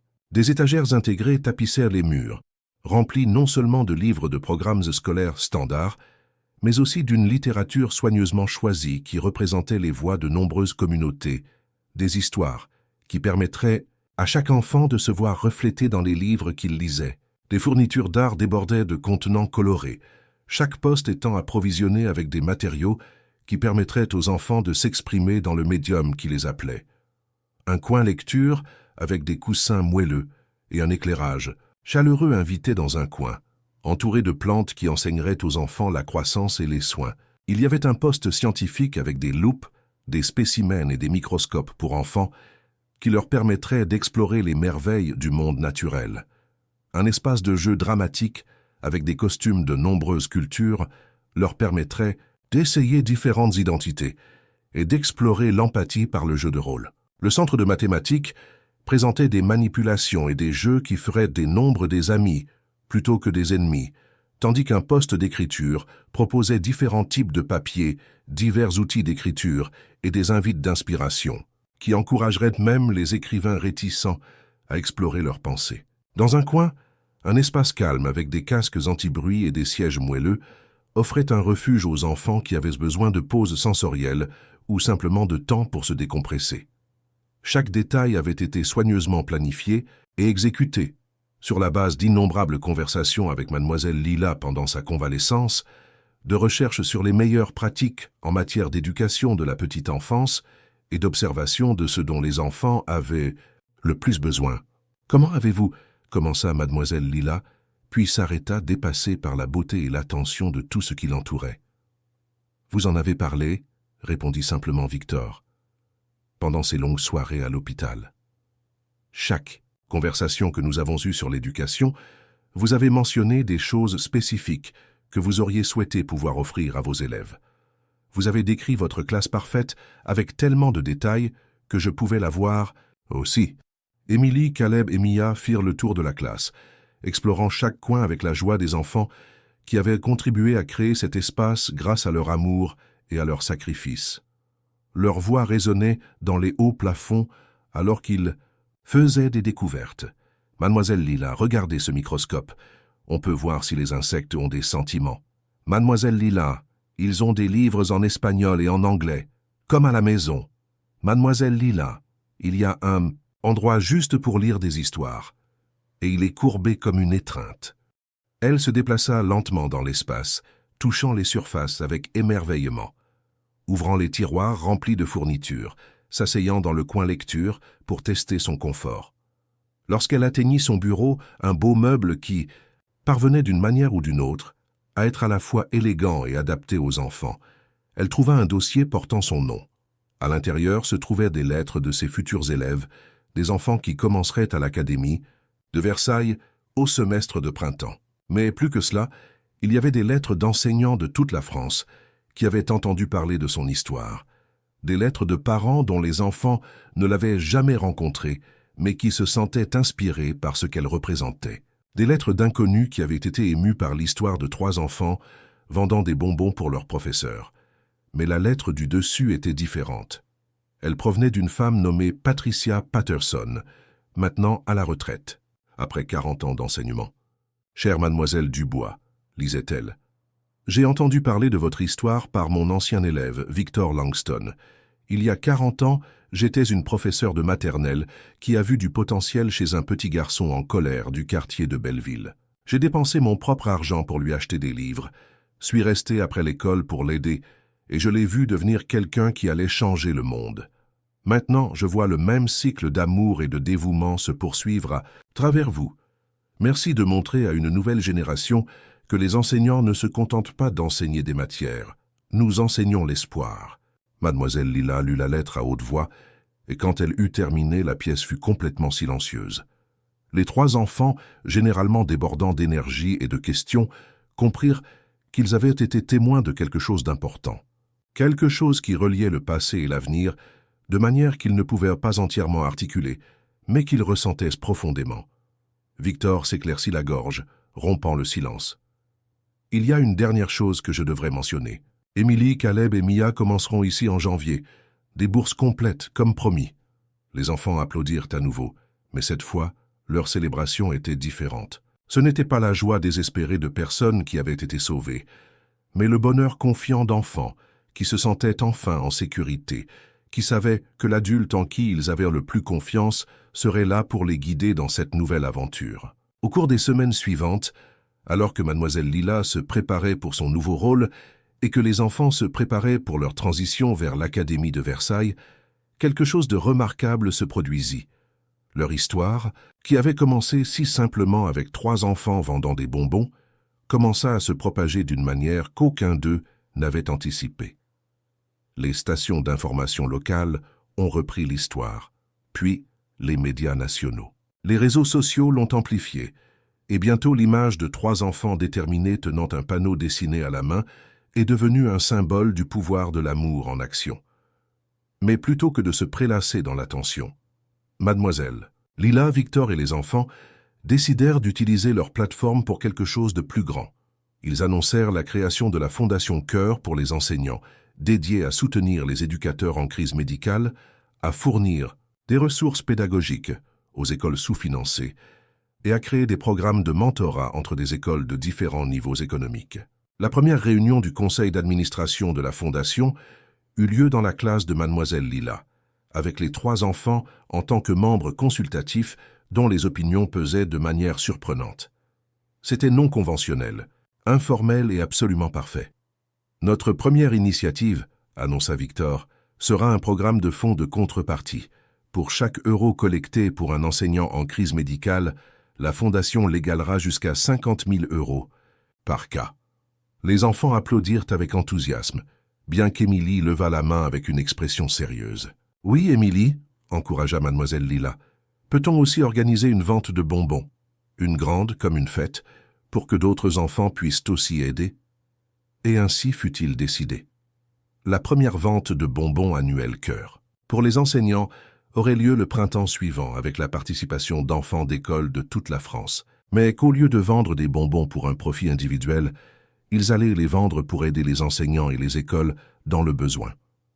À mesure que l'hiver s'installait et que les fêtes approchaient, Victor se retrouva à vivre Noël différemment de ce qu'il avait connu depuis des années. Au lieu des réunions de bureau obligatoires et des cadeaux coûteux échangés sans sentiment, il passa le réveillon de Noël dans le petit appartement de Mademoiselle Lila avec elle, les 3 enfants et leur famille. Ils partagèrent un dîner communautaire qui, d'une manière ou d'une autre, avait meilleur goût que n'importe quel repas étoilé au Michelin qu'il ait jamais mangé. Ils échangèrent des cadeaux faits à la main qui avaient été créés avec plus d'amour que d'argent. Ils chantèrent des chants de Noël dans plusieurs langues et jouèrent à des jeux de société qui avaient été donnés par diverses personnes au fil des ans. Victor offrit un cadeau à chaque enfant. Pour Émilie, un microscope de qualité professionnelle qui lui permettrait d'explorer le monde scientifique. Pour Caleb, une guitare que Mademoiselle Lila pourrait lui apprendre à jouer. Pour Mia, un ensemble de fournitures artistiques professionnelles qui lui permettraient de créer les chefs-d'œuvre dont il savait qu'ils étaient dans son imagination. Mais leur cadeau pour lui était de plus précieux. Caleb avait écrit une chanson sur l'amitié et la gentillesse. Émilie avait créé un journal scientifique détaillé documentant leur expérience de vente de bonbons. Et Mia avait dessiné un tableau de leur première rencontre montrant Victor non pas comme l'homme d'affaires puissant que les autres voyaient, mais comme l'homme qui s'était agenouillé pour entendre l'histoire de 3 enfants. Alors que la soirée touchait à sa fin et que les familles se préparaient à partir, Victor réfléchit à la façon dont sa vie avait complètement changé. Il dirigeait toujours son entreprise, prenait toujours des décisions qui affectaient des milliers de personnes, vivait toujours dans son appartement en duplex. Mais maintenant, il passait aussi ses vendredis après-midi à lire aux enfants de maternelle, ses mardis soirs à aider aux devoirs et ses week-ends à planifier des fondations et des œuvres philanthropiques. La fusion, qui avait autrefois semblé si cruciale, s'est tout de même produite, mais selon des conditions qui privilégiaient le bien-être des employés autant que les marges bénéficiaires. L'expansion à Tokyo s'est poursuivie, mais avec une part importante des bénéfices destinés aux initiatives éducatives. Les dîners d'affaires se sont poursuivis, mais ils incluaient souvent des conversations sur la responsabilité sociale, aux côtés des stratégies de pénétration du marché.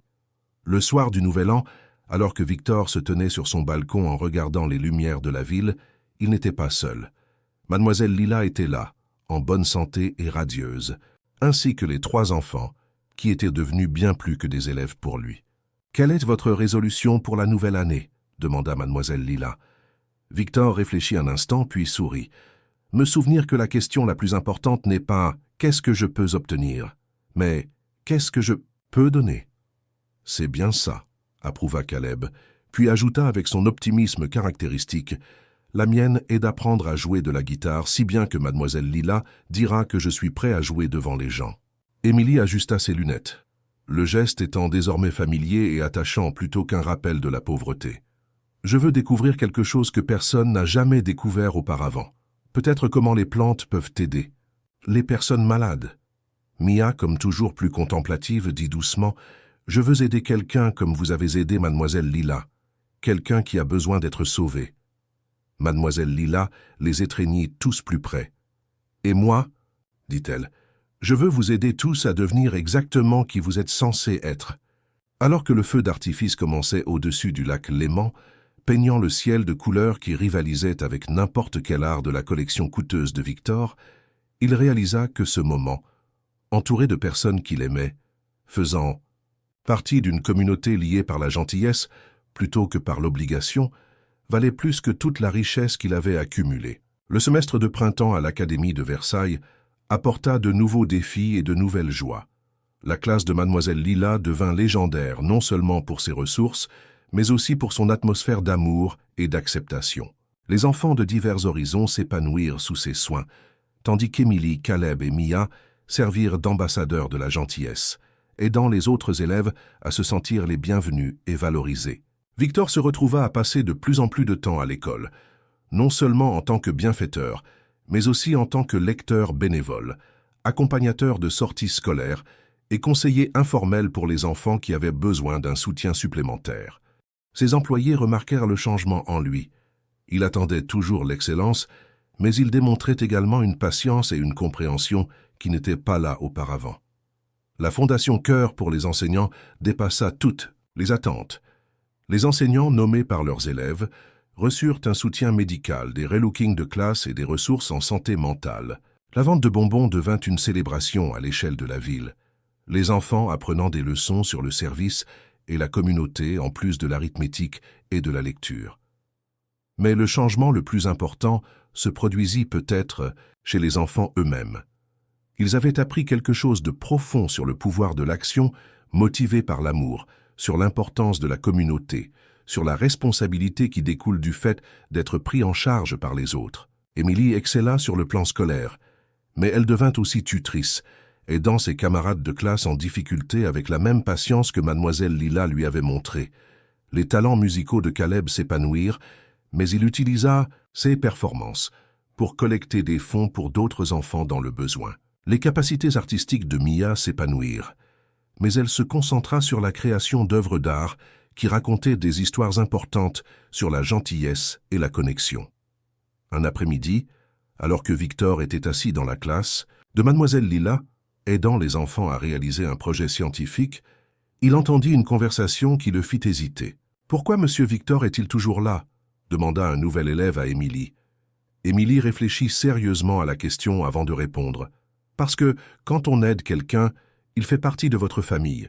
Pas une famille de sang, mais une famille choisie. Monsieur Victor nous a choisis et nous l'avons choisi. » Caleb hocha la tête d'un air entendu. « Et les familles s'entraident, toujours, même quand c'est difficile. » Mia, concentrée sur son dessin, ajouta doucement.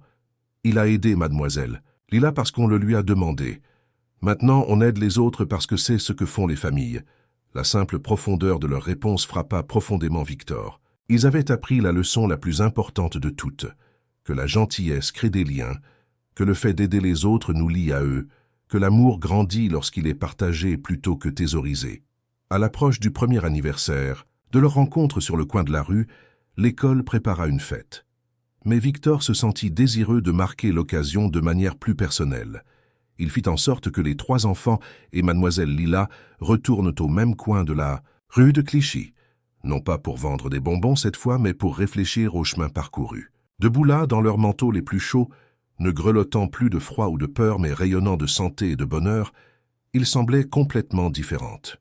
Mademoiselle Lila était vibrante et forte, son opération n'étant plus qu'un souvenir remplacé par des rêves réalisés.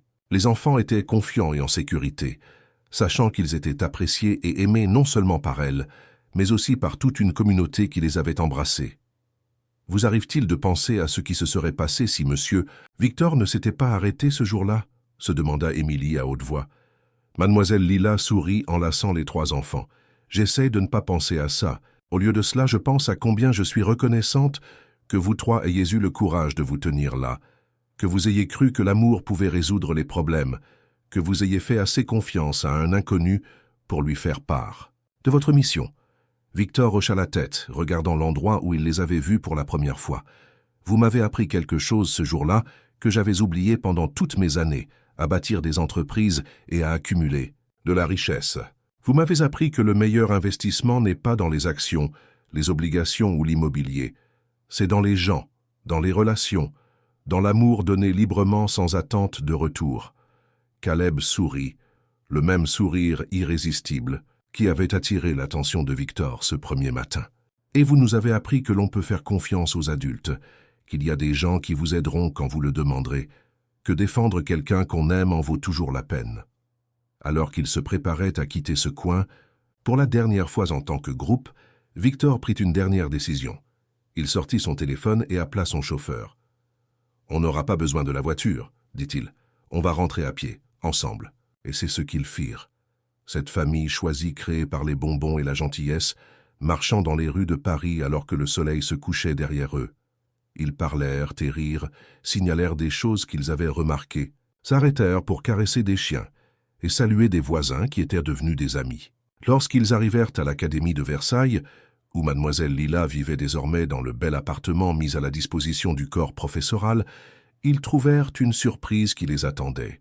Toute la classe de maternelle s'était réunie avec leur famille, tenant des pancartes sur lesquelles on pouvait lire « Merci de nous avoir montré comment aimer par l'action ». La célébration qui suivit fut spontanée et joyeuse, remplie des rires des enfants, de la gratitude des parents et de la profonde satisfaction qui découle du fait de faire partie de quelque chose de plus grand que soi. Plus tard dans la soirée, alors que les festivités touchaient à leur fin et que les familles rentraient chez elles, Victor se retrouva seul avec mademoiselle Lila dans sa classe. L'espace avait continué d'évoluer tout au long de l'année, avec de nouveaux ajouts basés sur les intérêts et les besoins des enfants. « Est-ce que le manque de votre ancienne classe vous prend parfois ?» demanda-t-il. « De la simplicité. De celle-ci » Mademoiselle Lila réfléchit à la question, passant sa main sur l'une des magnifiques bibliothèques. « La proximité me manque parfois, » admit-elle. Il y avait quelque chose de pur à se débrouiller avec si peu à propos de la créativité nécessaire pour transformer le rien en quelque chose de magique. Elle fit une pause, regardant toutes les merveilleuses ressources désormais à sa disposition et à celles de ses élèves. Mais la crainte ne me manque pas. Je ne regrette pas de me demander si j'aurai suffisamment de papier de construction pour un projet ou si le manteau d'un enfant tiendra le coup pendant un autre hiver. Et je ne regrette absolument pas la peur concernant ma santé, concernant mon avenir, concernant la possibilité ou non de continuer à enseigner. Victor hocha la tête, comprenant exactement ce qu'elle voulait dire. Vous avez créé quelque chose de spécial ici, non pas à cause des fournitures chics ou du bel espace, mais à cause de ce que vous y apportez, le même amour, le même dévouement que vous avez montré dans cette ancienne classe. Ce n'est pas seulement moi, répondit mademoiselle Lila. C'est nous tous, vous, moi, les enfants, leurs familles, les autres enseignants, même le personnel d'entretien qui s'assure que tout fonctionne parfaitement. Nous faisons tous partie de cette communauté maintenant. Elle avait raison, réalisa Victor. Ce qui avait commencé avec 3 enfants vendant des bonbons était devenu quelque chose de beaucoup plus grand, un réseau de personnes déterminées à s'entraider, à l'éducation qui valorisait l'enfant dans sa totalité, à l'idée radicale que l'amour pouvait en effet résoudre les problèmes, lorsqu'il était associé à l'action et aux ressources. Avez-vous déjà été témoin ou vécu quelque chose de semblable à cette histoire? Partagez vos réflexions dans les commentaires ci-dessous. Au fil des mois et avec le début de la 2e année, les changements dans la vie de chacun sont devenus encore plus manifestes. Victor avait restructuré ses activités commerciales pour permettre une philanthropie plus pratique.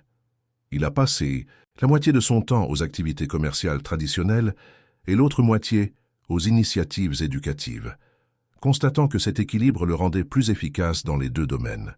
Mademoiselle Lila était devenue une éducatrice de renommée nationale, s'exprimant lors de conférences et siégeant à des comités de politique éducative. Mais elle n'a jamais perdu de vue ce qui comptait le plus, ses élèves et les interactions quotidiennes qui ont façonné leur vie. Émilie s'était transformée en une leader confiante, organisant des initiatives de collecte de fonds auprès de ses pairs et encadrant les jeunes enfants. Ses réalisations scolaires étaient impressionnantes, mais c'était son intelligence émotionnelle et sa gentillesse qui la distinguaient vraiment. Caleb était devenu le cœur social de sa classe, utilisant l'humour et la musique pour rassembler les gens. Ses performances lors des événements scolaires ont permis de collecter des milliers d'euros pour diverses causes, mais surtout, elles ont apporté de la joie à tous ceux qui les ont entendues. Mia avait trouvé sa voie à travers l'art et le plaidoyer. Ses dessins illustraient désormais les livres que la classe créait sur d'importantes questions sociales, et elle avait lancé un programme de mentorat par les pairs pour les enfants timides. La Fondation Cœur pour les enseignants avait aidé plus d'une centaine d'éducateurs au cours de ces 2 premières années, en fournissant un soutien médical, des ressources pour les classes et des possibilités de perfectionnement professionnel. La vente annuelle de bonbons était devenue une tradition à l'échelle de la ville, les écoles participantes se disputant non pas pour les ventes, mais pour les façons créatives d'aider les autres. Mais peut-être l'héritage le plus important de ce matin sur la rue de Clichy fut l'effet d'entraînement de la gentillesse qu'il avait créé. Les enfants qui avaient été aidés par la Fondation ont continué à aider les autres. Les enseignants qui avaient reçu un soutien sont retournés à la Fondation en tant que bénévoles. Les parents qui avaient été témoins de la transformation de leurs enfants sont devenus des défenseurs de l'équité en matière d'éducation. Un moment particulièrement émouvant s'est produit lors de la 2e vente de bonbons annuelle, lorsqu'un petit garçon s'est approché du stand de Mademoiselle Lila avec des larmes aux yeux. « Qu'est-ce qui ne va pas, mon chéri ?» demanda doucement Mademoiselle Lila. « Ma grand-mère est malade comme vous, » murmura-t-il. « Elle enseignait dans mon école jusqu'à ce qu'elle doive s'arrêter. Puis-je aussi vendre des bonbons pour elle ?» Sans hésitation, Mademoiselle Lila et les enfants l'ont accueillie dans leur groupe. Ils ont passé l'après-midi à lui enseigner les règles de la vente de bonbons. Être poli, sourire même quand les gens disent de non, se rappeler que chaque personne mérite la gentillesse. Et à la fin de la journée, il avait réuni suffisamment d'argent pour lancer le fonds de traitement de sa grand-mère. Victor observa cette interaction avec une profonde émotion. Le cercle de la gentillesse était complet. Ses enfants étaient désormais ceux qui enseignaient aux autres comment aider, comment agir avec courage, comment croire au pouvoir de l'amour pour créer le changement. Ce soir-là, alors qu'il comptait les recettes de la journée, Caleb fit une observation qui stupéfia tous les adultes présents. « Vous savez ce qui est drôle? On a commencé à vendre des bonbons pour sauver Mademoiselle Lila. Mais en fait, on s'est sauvé aussi. On a appris qu'on était assez fort pour aider quelqu'un qu'on aimait. Et maintenant, on sait qu'on peut aider n'importe qui on veut aider. » La vérité de ces paroles s'abattit sur le groupe comme une douce couverture. Ils avaient tous été sauvés de différentes manières. Mademoiselle Lila avait été sauvée de la ruine financière et de la mort. Les enfants avaient été sauvés d'une vie aux opportunités limitées. Victor avait été sauvé d'une vie d'accumulation insignifiante, et d'innombrables autres avaient été sauvés par la Fondation, les programmes, le simple exemple de ce qui était possible lorsque les gens se souciaient suffisamment pour agir. Au début de la 3e année, Victor fit une annonce qui en surprit beaucoup, mais qui parut inévitable pour ceux qui lui étaient les plus proches. Il allait se retirer des opérations quotidiennes de Langston Technologies pour se concentrer entièrement sur l'expansion de la Fondation Cœur pour les enseignants. L'entreprise continuerait sous la direction compétente de son équipe de direction, avec une part importante de ses bénéfices consacrée aux initiatives éducatives. Sa décision fit la une des journaux du monde des affaires. Un PDG milliardaire démissionne pour aider les enseignants. Mais pour Émilie, Caleb et Mia, maintenant âgés de 8 ans et en CE1, cela signifiait simplement que leur Monsieur Victor aurait encore plus de temps pour lire des histoires, aider aux devoirs et écouter leurs rêves. L'annonce eut lieu lors d'une assemblée surprise à l'Académie de Versailles. Alors que Victor se tenait devant les élèves, les enseignants et les familles rassemblées, il se retrouva à regarder directement les 3 enfants qui avaient lancé toute cette transformation. « Il y a 3 ans, commença-t-il, j'ai appris de 3 petits professeurs quelque chose que toute mon éducation commerciale n'avait pas réussi à m'enseigner. J'ai appris que le succès ne réside pas dans ce que vous pouvez acquérir, mais dans ce que vous pouvez donner. Que les questions les plus importantes ne sont pas « comment puis-je en obtenir plus ?», mais « comment puis-je aider ?» et « qui a besoin que je croie en lui ?» Émilie, Caleb et Mia échangèrent des regards, le genre de regard qui passait entre des personnes partageant un secret profond sur la nature de la bonté. Victor poursuivit, sa voix devenant plus forte avec conviction. La Fondation Cœur pour les enseignants va s'étendre au niveau national. Nous nous associons à des universités pour créer des fonds d'aide d'urgence pour les éducateurs. Nous établissons des programmes de mentorat qui mettent en relation des enseignants à la retraite avec de nouveaux. Nous créons des subventions d'innovations en classe qui permettront aux éducateurs créatifs de donner vie à leurs plus grands rêves. Les applaudissements furent tonitruants, mais Victor n'avait pas terminé. Plus important encore, nous lançons le programme des jeunes défenseurs, où les enfants peuvent nommer des enseignants, des membres de la communauté ou des camarades de classe qui ont besoin de soutien. Car les meilleures idées pour aider. Les gens viennent souvent de ceux qui ne sont pas encore assez blasés pour croire que de petites actions ne peuvent pas créer de grands changements. Après l'assemblée, alors que la foule se dispersait et que le soir tombait sur l'école, Victor se retrouva une fois de plus dans la classe de mademoiselle Lila, avec les 3 enfants qui étaient devenus si essentiels à sa vie. Il travaillait sur un projet scientifique sur la métamorphose des papillons, un sujet qui semblait particulièrement approprié compte tenu de leur propre transformation. « Monsieur Victor, » dit Mia, levant les yeux de son dessin soigné, d'un cocon, « êtes-vous triste de quitter votre grande entreprise ?» Victor réfléchit sérieusement à la question. « Pas triste exactement, c'est plutôt, vous souvenez-vous quand vous étiez plus jeune et que vous avez dépassé une chemise. Préférez ? Vous aimiez cette chemise, mais elle ne vous allait plus. C'est comme ça que je me sens à propos de l'entreprise que j'ai construite. Elle a servi son objectif, mais il est maintenant temps pour quelque chose qui correspond à ce que je suis devenu. » Caleb hocha la tête avec sagesse. « Comme on a dépassé la maternelle. On aime toujours mademoiselle Lila, mais maintenant on a besoin des choses du CE1. » « Exactement comme ça, » acquiesça Victor, s'émerveillant de la perspicacité de l'enfant. Émilie, toujours pratique, demanda « Aurez-vous toujours de l'argent ? Je veux dire, pour aider les gens ?» Mademoiselle Lila commença à la corriger doucement sur le fait de poser des questions personnelles, mais Victor éclata de rire. « La meilleure question qu'on m'ait posée lors d'une réunion d'affaires. Oui, Émilie, j'aurai assez d'argent pour aider beaucoup de gens. C'est le projet. » Alors que le printemps se transformait en été, le travail de la Fondation s'est considérablement développé.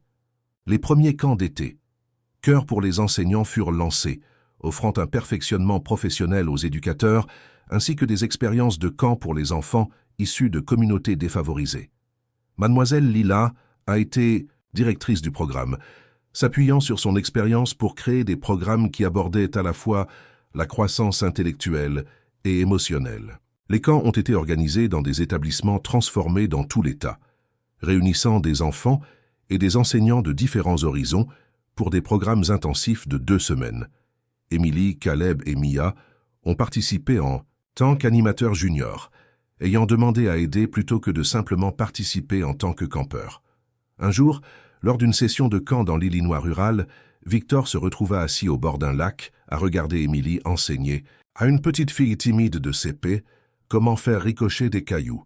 La fillette nommée Rosa avait hésité à participer à toutes les activités jusqu'à ce qu'Émilie l'approche discrètement et l'invite à essayer cette compétence super spéciale. Comme ça, expliquait patiemment Émilie, démontrant le mouvement du poignet. Ne vous inquiétez pas si ça ne marche pas la première fois. J'ai jeté beaucoup de cailloux dans l'eau avant que certains d'entre eux ne ricochent. La première tentative de Rosa coula immédiatement, mais au lieu d'abandonner, elle rit et réessaya. À sa 5e tentative, elle réussit un seul ricochet et sauta de haut en bas avec joie. En regardant cela, Victor fut frappé par la manière dont les rôles avaient complètement changé.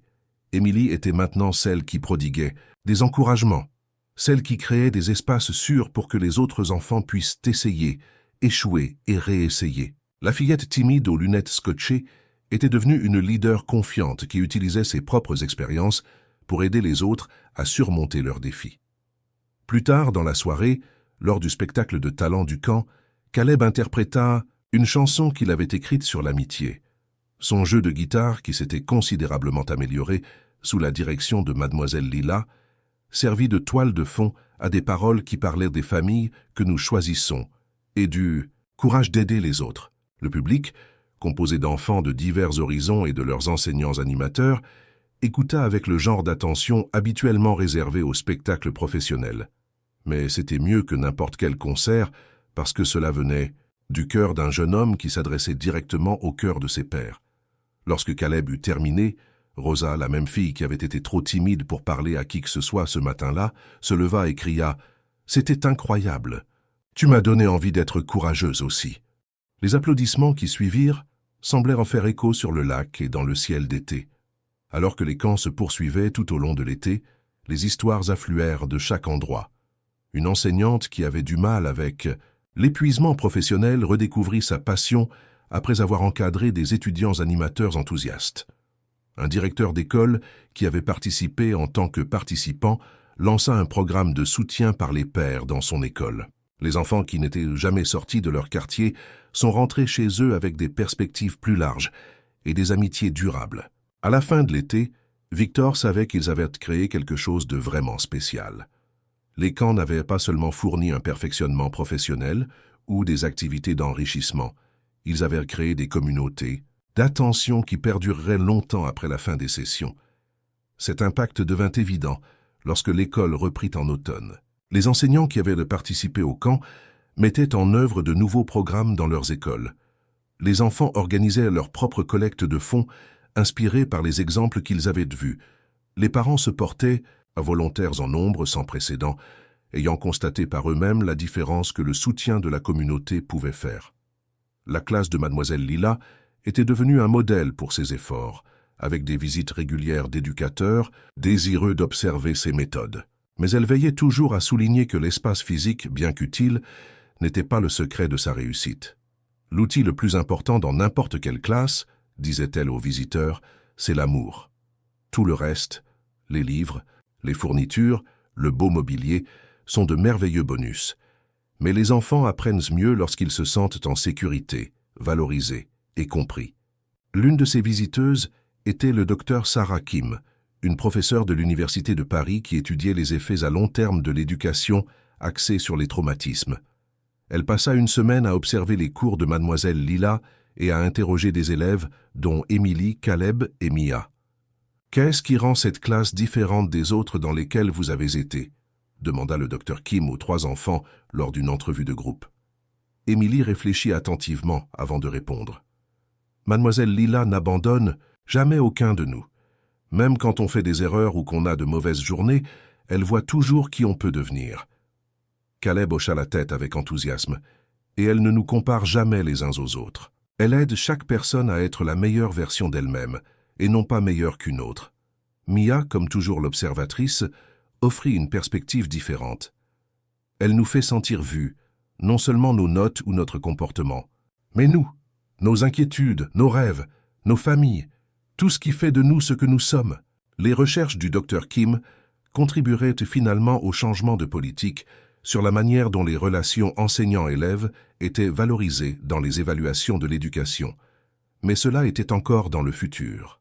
Dans le présent, Mademoiselle Lila continuait simplement à faire ce qu'elle avait toujours fait, traiter chaque enfant comme une personne entière digne de respect et d'attention.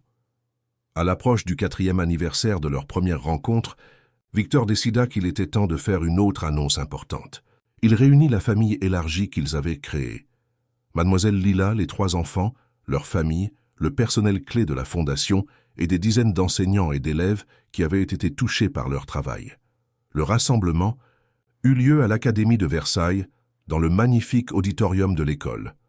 Au fur et à mesure que les gens entraient, Victor remarqua avec quelle facilité ils formaient des groupes qui dépassaient toutes les frontières traditionnelles, âge, race, statut économique, profession. Les enfants bavardaient confortablement avec des dirigeants d'entreprise. Les parents comparaient leurs notes avec les enseignants des écoles de toute la ville, et tout le monde semblait sincèrement intéressé par les histoires des autres. Lorsque Victor se leva pour parler, la pièce se tut dans l'attente. « Il y a 4 ans, commença-t-il, 3 enfants ont changé ma vie en me montrant à quoi ressemble l'amour lorsqu'il passe à l'action.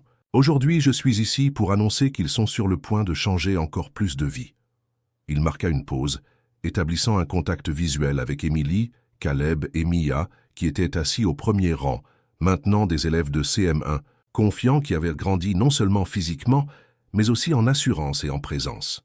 La Fondation Cœur pour les enseignants a connu un tel succès que nous créons le Centre d'innovation éducative Langston, une installation permanente qui servira de siège à nos programmes en pleine croissance. Ce centre comprendra des installations de formation des enseignants, une école modèle pour la démonstration et la recherche, des espaces de réunion communautaires et des logements pour les éducateurs en visite. Les applaudissements furent immédiats, mais Victor fit signe au calme. Mais plus que cela, nous annonçons la création du Conseil consultatif des enfants. Émilie, Caleb et Mia ont accepté de faire partie des premiers membres de ce conseil, qui aura un véritable pouvoir de vote sur les décisions de la Fondation. Car nous avons appris que les enfants voient souvent les problèmes et les solutions plus clairement que les adultes. Les 3 enfants se levèrent et firent une révérence, mais leurs expressions étaient sérieuses. Ils comprenaient la responsabilité qui leur était confiée et ils étaient prêts à l'assumer. La soirée se poursuivit avec des présentations des bénéficiaires du travail de la Fondation, des représentations musicales des participants au camp et une exposition d'art présentant des œuvres créées par les enfants dans les différents programmes. Mais le moment le plus émouvant arriva peut-être lorsqu'une vidéo fut diffusée mettant en vedette des enseignants de tout le pays qui avaient été aidés par la Fondation. Une enseignante, Madame Rodriguez de Marseille, s'adressa directement à la caméra. « Lorsque j'ai été diagnostiqué d'un cancer du sein, j'ai cru que je devrais choisir entre mon traitement et le maintien de mon appartement. La Fondation. Cœur pour les enseignants a couvert mes frais médicaux et a payé une enseignante remplaçante si compétente que mes élèves m'ont à peine manqué. Mais plus que cela, ils m'ont envoyé des cartes d'enfants que je n'avais jamais rencontrés, me disant que j'étais importante, qu'ils croyaient que j'irais mieux. Cet espoir m'a permis de me battre lorsque le traitement était le plus difficile. » Un autre enseignant, M. Jackson de Lyon, a partagé son histoire. « Notre école n'avait pas eu de nouveaux livres depuis 5 ans. Les enfants apprenaient à partir de manuels plus anciens qu'eux. La Fondation ne nous a pas seulement donné de l'argent pour des livres. Elle a travaillé avec nous pour créer une bibliothèque qui reflétait notre communauté, nos valeurs, nos rêves. Mes élèves se voient désormais dans les livres qu'ils lisent et leurs résultats en lecture se sont considérablement améliorés. Histoire après histoire remplissèrent l'écran, chacune témoignant des effets d'entraînement de la gentillesse qui avait commencé avec 3 enfants vendant des bonbons sur un coin de rue. Alors que la soirée touchait à sa fin et que les gens commençaient à partir, Victor se retrouva à l'extérieur de l'école avec mademoiselle Lila et les 3 enfants, regardant les étoiles qui étaient visibles malgré les lumières de la ville. Vous êtes-vous déjà demandé ce qui se serait passé si les choses avaient été différentes? Demanda doucement mademoiselle Lila. Si vous ne nous aviez pas vus ce matin-là, si vous ne vous étiez pas arrêtés, si vous ne vous étiez pas souciés. Victor réfléchit à la question puis sourit. J'avais l'habitude de penser beaucoup à cela, mais j'ai réalisé que se demander ce qui se serait passé dans des histoires alternatives est moins important que d'être reconnaissant pour l'histoire que nous avons créée. Tout ce qui s'est passé, chaque enfant aidé, chaque enseignant, soutenu, chaque vie changée, a commencé avec 3 petites personnes qui ont refusé d'accepter qu'elles étaient trop jeunes ou trop pauvres pour faire une différence. Émilie le regarda, son expression incroyablement mature pour quelqu'un qui venait d'avoir 10 ans. On avait peur, vous savez, ce premier matin. On avait peur que personne n'achète nos bonbons, que mademoiselle Lila tombe plus malade, qu'on ne puisse pas la sauver. Mais on l'a fait quand même, ajouta Caleb, son optimisme habituel teinté de quelque chose de plus profond. Mademoiselle Lila nous a appris que le courage n'est pas le fait de ne pas avoir peur. Être effrayé, c'est avoir peur et faire ce qui est juste quand même. Mia hocha lentement la tête. Et maintenant, on n'a plus peur. On sait que quand on a un problème, on peut trouver d'autres personnes pour aider. On n'est pas obligé de tout faire seul. Mademoiselle Lila les attira tous plus près, les yeux brillants de fierté et de joie. Vous m'avez tous appris la même chose, que l'éducation n'est pas quelque chose qui se passe isolément, c'est un effort communautaire. Chaque personne qui croit en un enfant, chaque personne qui soutient un enseignant, chaque personne qui défend ce qui est juste, ils font tous partie de l'écosystème éducatif. Alors qu'ils se préparaient à se séparer pour la soirée, Victor fit une dernière observation. Vous savez ce que j'ai appris de tout ça? Les meilleurs retours sur investissement ne peuvent pas être mesurés en euros. Ils sont mesurés en rêves réalisés, en potentiel libéré, en vie transformée. Et à ce titre, nous sommes tous incroyablement riches. Ils partagèrent une accolade de groupe qui dura assez longtemps pour qu'un passant s'en aperçoive et sourit à la vue de cette famille choisie qui avait été formée par les circonstances et cimentée par l'amour. Les années suivantes apportèrent une croissance et une évolution continue. Le Centre d'innovation éducative Langston ouvrit ses portes à une reconnaissance nationale, avec des installations et des programmes de pointe qui attirèrent des éducateurs du monde entier. Le Conseil consultatif des enfants s'est élargi pour inclure des jeunes de tous les départements français, donnant aux enfants une véritable voix dans les décisions qui affectaient leur éducation. Émilie poursuivit ses études de médecine, inspirée par les médecins qui avaient sauvé Mademoiselle Lila et déterminée à aider les autres de la même manière. Caleb combina ses talents musicaux avec le plaidoyer social, utilisant ses performances pour sensibiliser à diverses causes. Mia devint écrivaine et illustratrice, créant des livres pour enfants qui enseignaient d'importantes leçons sur la gentillesse, le courage et la communauté. Mais ils n'ont jamais perdu le contact les uns avec les autres ou avec les leçons apprises ce matin froid sur la rue de Clichy. Chaque année, à l'anniversaire, ils retournaient à ce coin, maintenant accompagnés de groupes sans cesse croissants, de personnes dont la vie avait été touchée par leur histoire. Le coin lui-même avait changé. Il y avait maintenant une petite plaque installée par la ville qui disait « En mémoire du pouvoir des petites actions » pour créer de grands changements. Mais plus qu'un mémorial, c'était devenu un lieu de rassemblement. Un rappel que les gens ordinaires, en particulier les enfants, pouvaient faire des choses extraordinaires lorsqu'ils étaient motivés par l'amour. Lors du 10e anniversaire, alors que Victor se tenait à ce coin entouré de centaines de personnes dont la vie avait été changée par les effets d'entraînement de cette première rencontre, il pensa à Madame Patterson, sa professeure de maternelle qui lui avait montré pour la première fois qu'une personne pouvait changer une vie. La chaîne d'impact s'étendait vers l'arrière et vers l'avant à travers le temps. Madame Patterson avait cru en lui, il avait investi en Mademoiselle Lila, elle avait façonné Émilie, Caleb et Mia, et ils à leur tour façonnaient maintenant les autres. Chaque maillon de la chaîne était crucial, chaque acte de foi et de soutien se propageant vers l'extérieur pour créer des changements qui se poursuivraient longtemps dans le futur. Une jeune journaliste, couvrant l'événement de l'anniversaire, demanda à Victor quel était selon lui son plus grand accomplissement. Sans hésitation, il répondit « Apprendre à écouter lorsque 3 enfants ont demandé de l'aide et découvrir que le plan d'affaires le plus réussi est simplement d'aimer les autres suffisamment pour agir en leur nom. » Mademoiselle Lila, debout à côté de lui avec Émilie, Caleb et Mia, maintenant de jeunes adultes poursuivant leurs rêves avec la confiance qui vient du fait d'être profondément aimés et soutenus, ajouta sa propre perspective. La plus grande leçon que nous ayons tous apprise est qu'aucun acte de gentillesse n'est trop petit s'il vient d'un amour sincère. Ces 3 enfants vendant des bonbons nous ont appris que le courage d'aider les autres ne tient pas aux ressources, il tient au cœur. Alors que le soleil se couchait sur Paris, peignant le ciel de brillants oranges et violets, la foule commença à se disperser. Mais l'esprit de ce rassemblement, l'énergie des personnes engagées à s'entraider, persistait dans l'air comme une bénédiction. L'histoire qui avait commencé avec 3 enfants déterminés, des bonbons faits maison et un panneau en carton, était devenue quelque chose de beaucoup plus grand, un témoignage du pouvoir de l'amour en action, un rappel que les plus petites mains peuvent remuer les plus grands cœurs, et la preuve que lorsque nous défendons ceux auxquels nous tenons, les miracles suivent vraiment. Et alors qu'Émilie, Caleb et Mia s'éloignèrent de ce coin où leur aventure avait commencé, leur rire porté par l'air du soir, ils emportèrent avec eux non seulement des souvenirs d'avoir été aidés, mais aussi la connaissance qu'ils avaient désormais le pouvoir d'aider les autres. Le cercle de la gentillesse était complet, mais sa circonférence continuerait de s'étendre à jamais, touchant des vies pas encore nées et résolvant des problèmes pas encore imaginés. Car c'est ce qui arrive quand l'amour guide. Les miracles ne se contentent pas de suivre.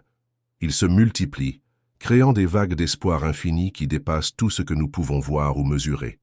L'héritage perdurait, tissé dans le tissu d'innombrables vies, un fil d'or de compassion qui reliait le passé, le présent et l'avenir dans une chaîne ininterrompue de gentillesse humaine. Félicitations. Tapez 7 dans les commentaires pour que je sache que vous êtes restés avec moi jusqu'au bout. Aimez et abonnez-vous, mais seulement si vous appréciez vraiment ce que je fais ici. À bientôt.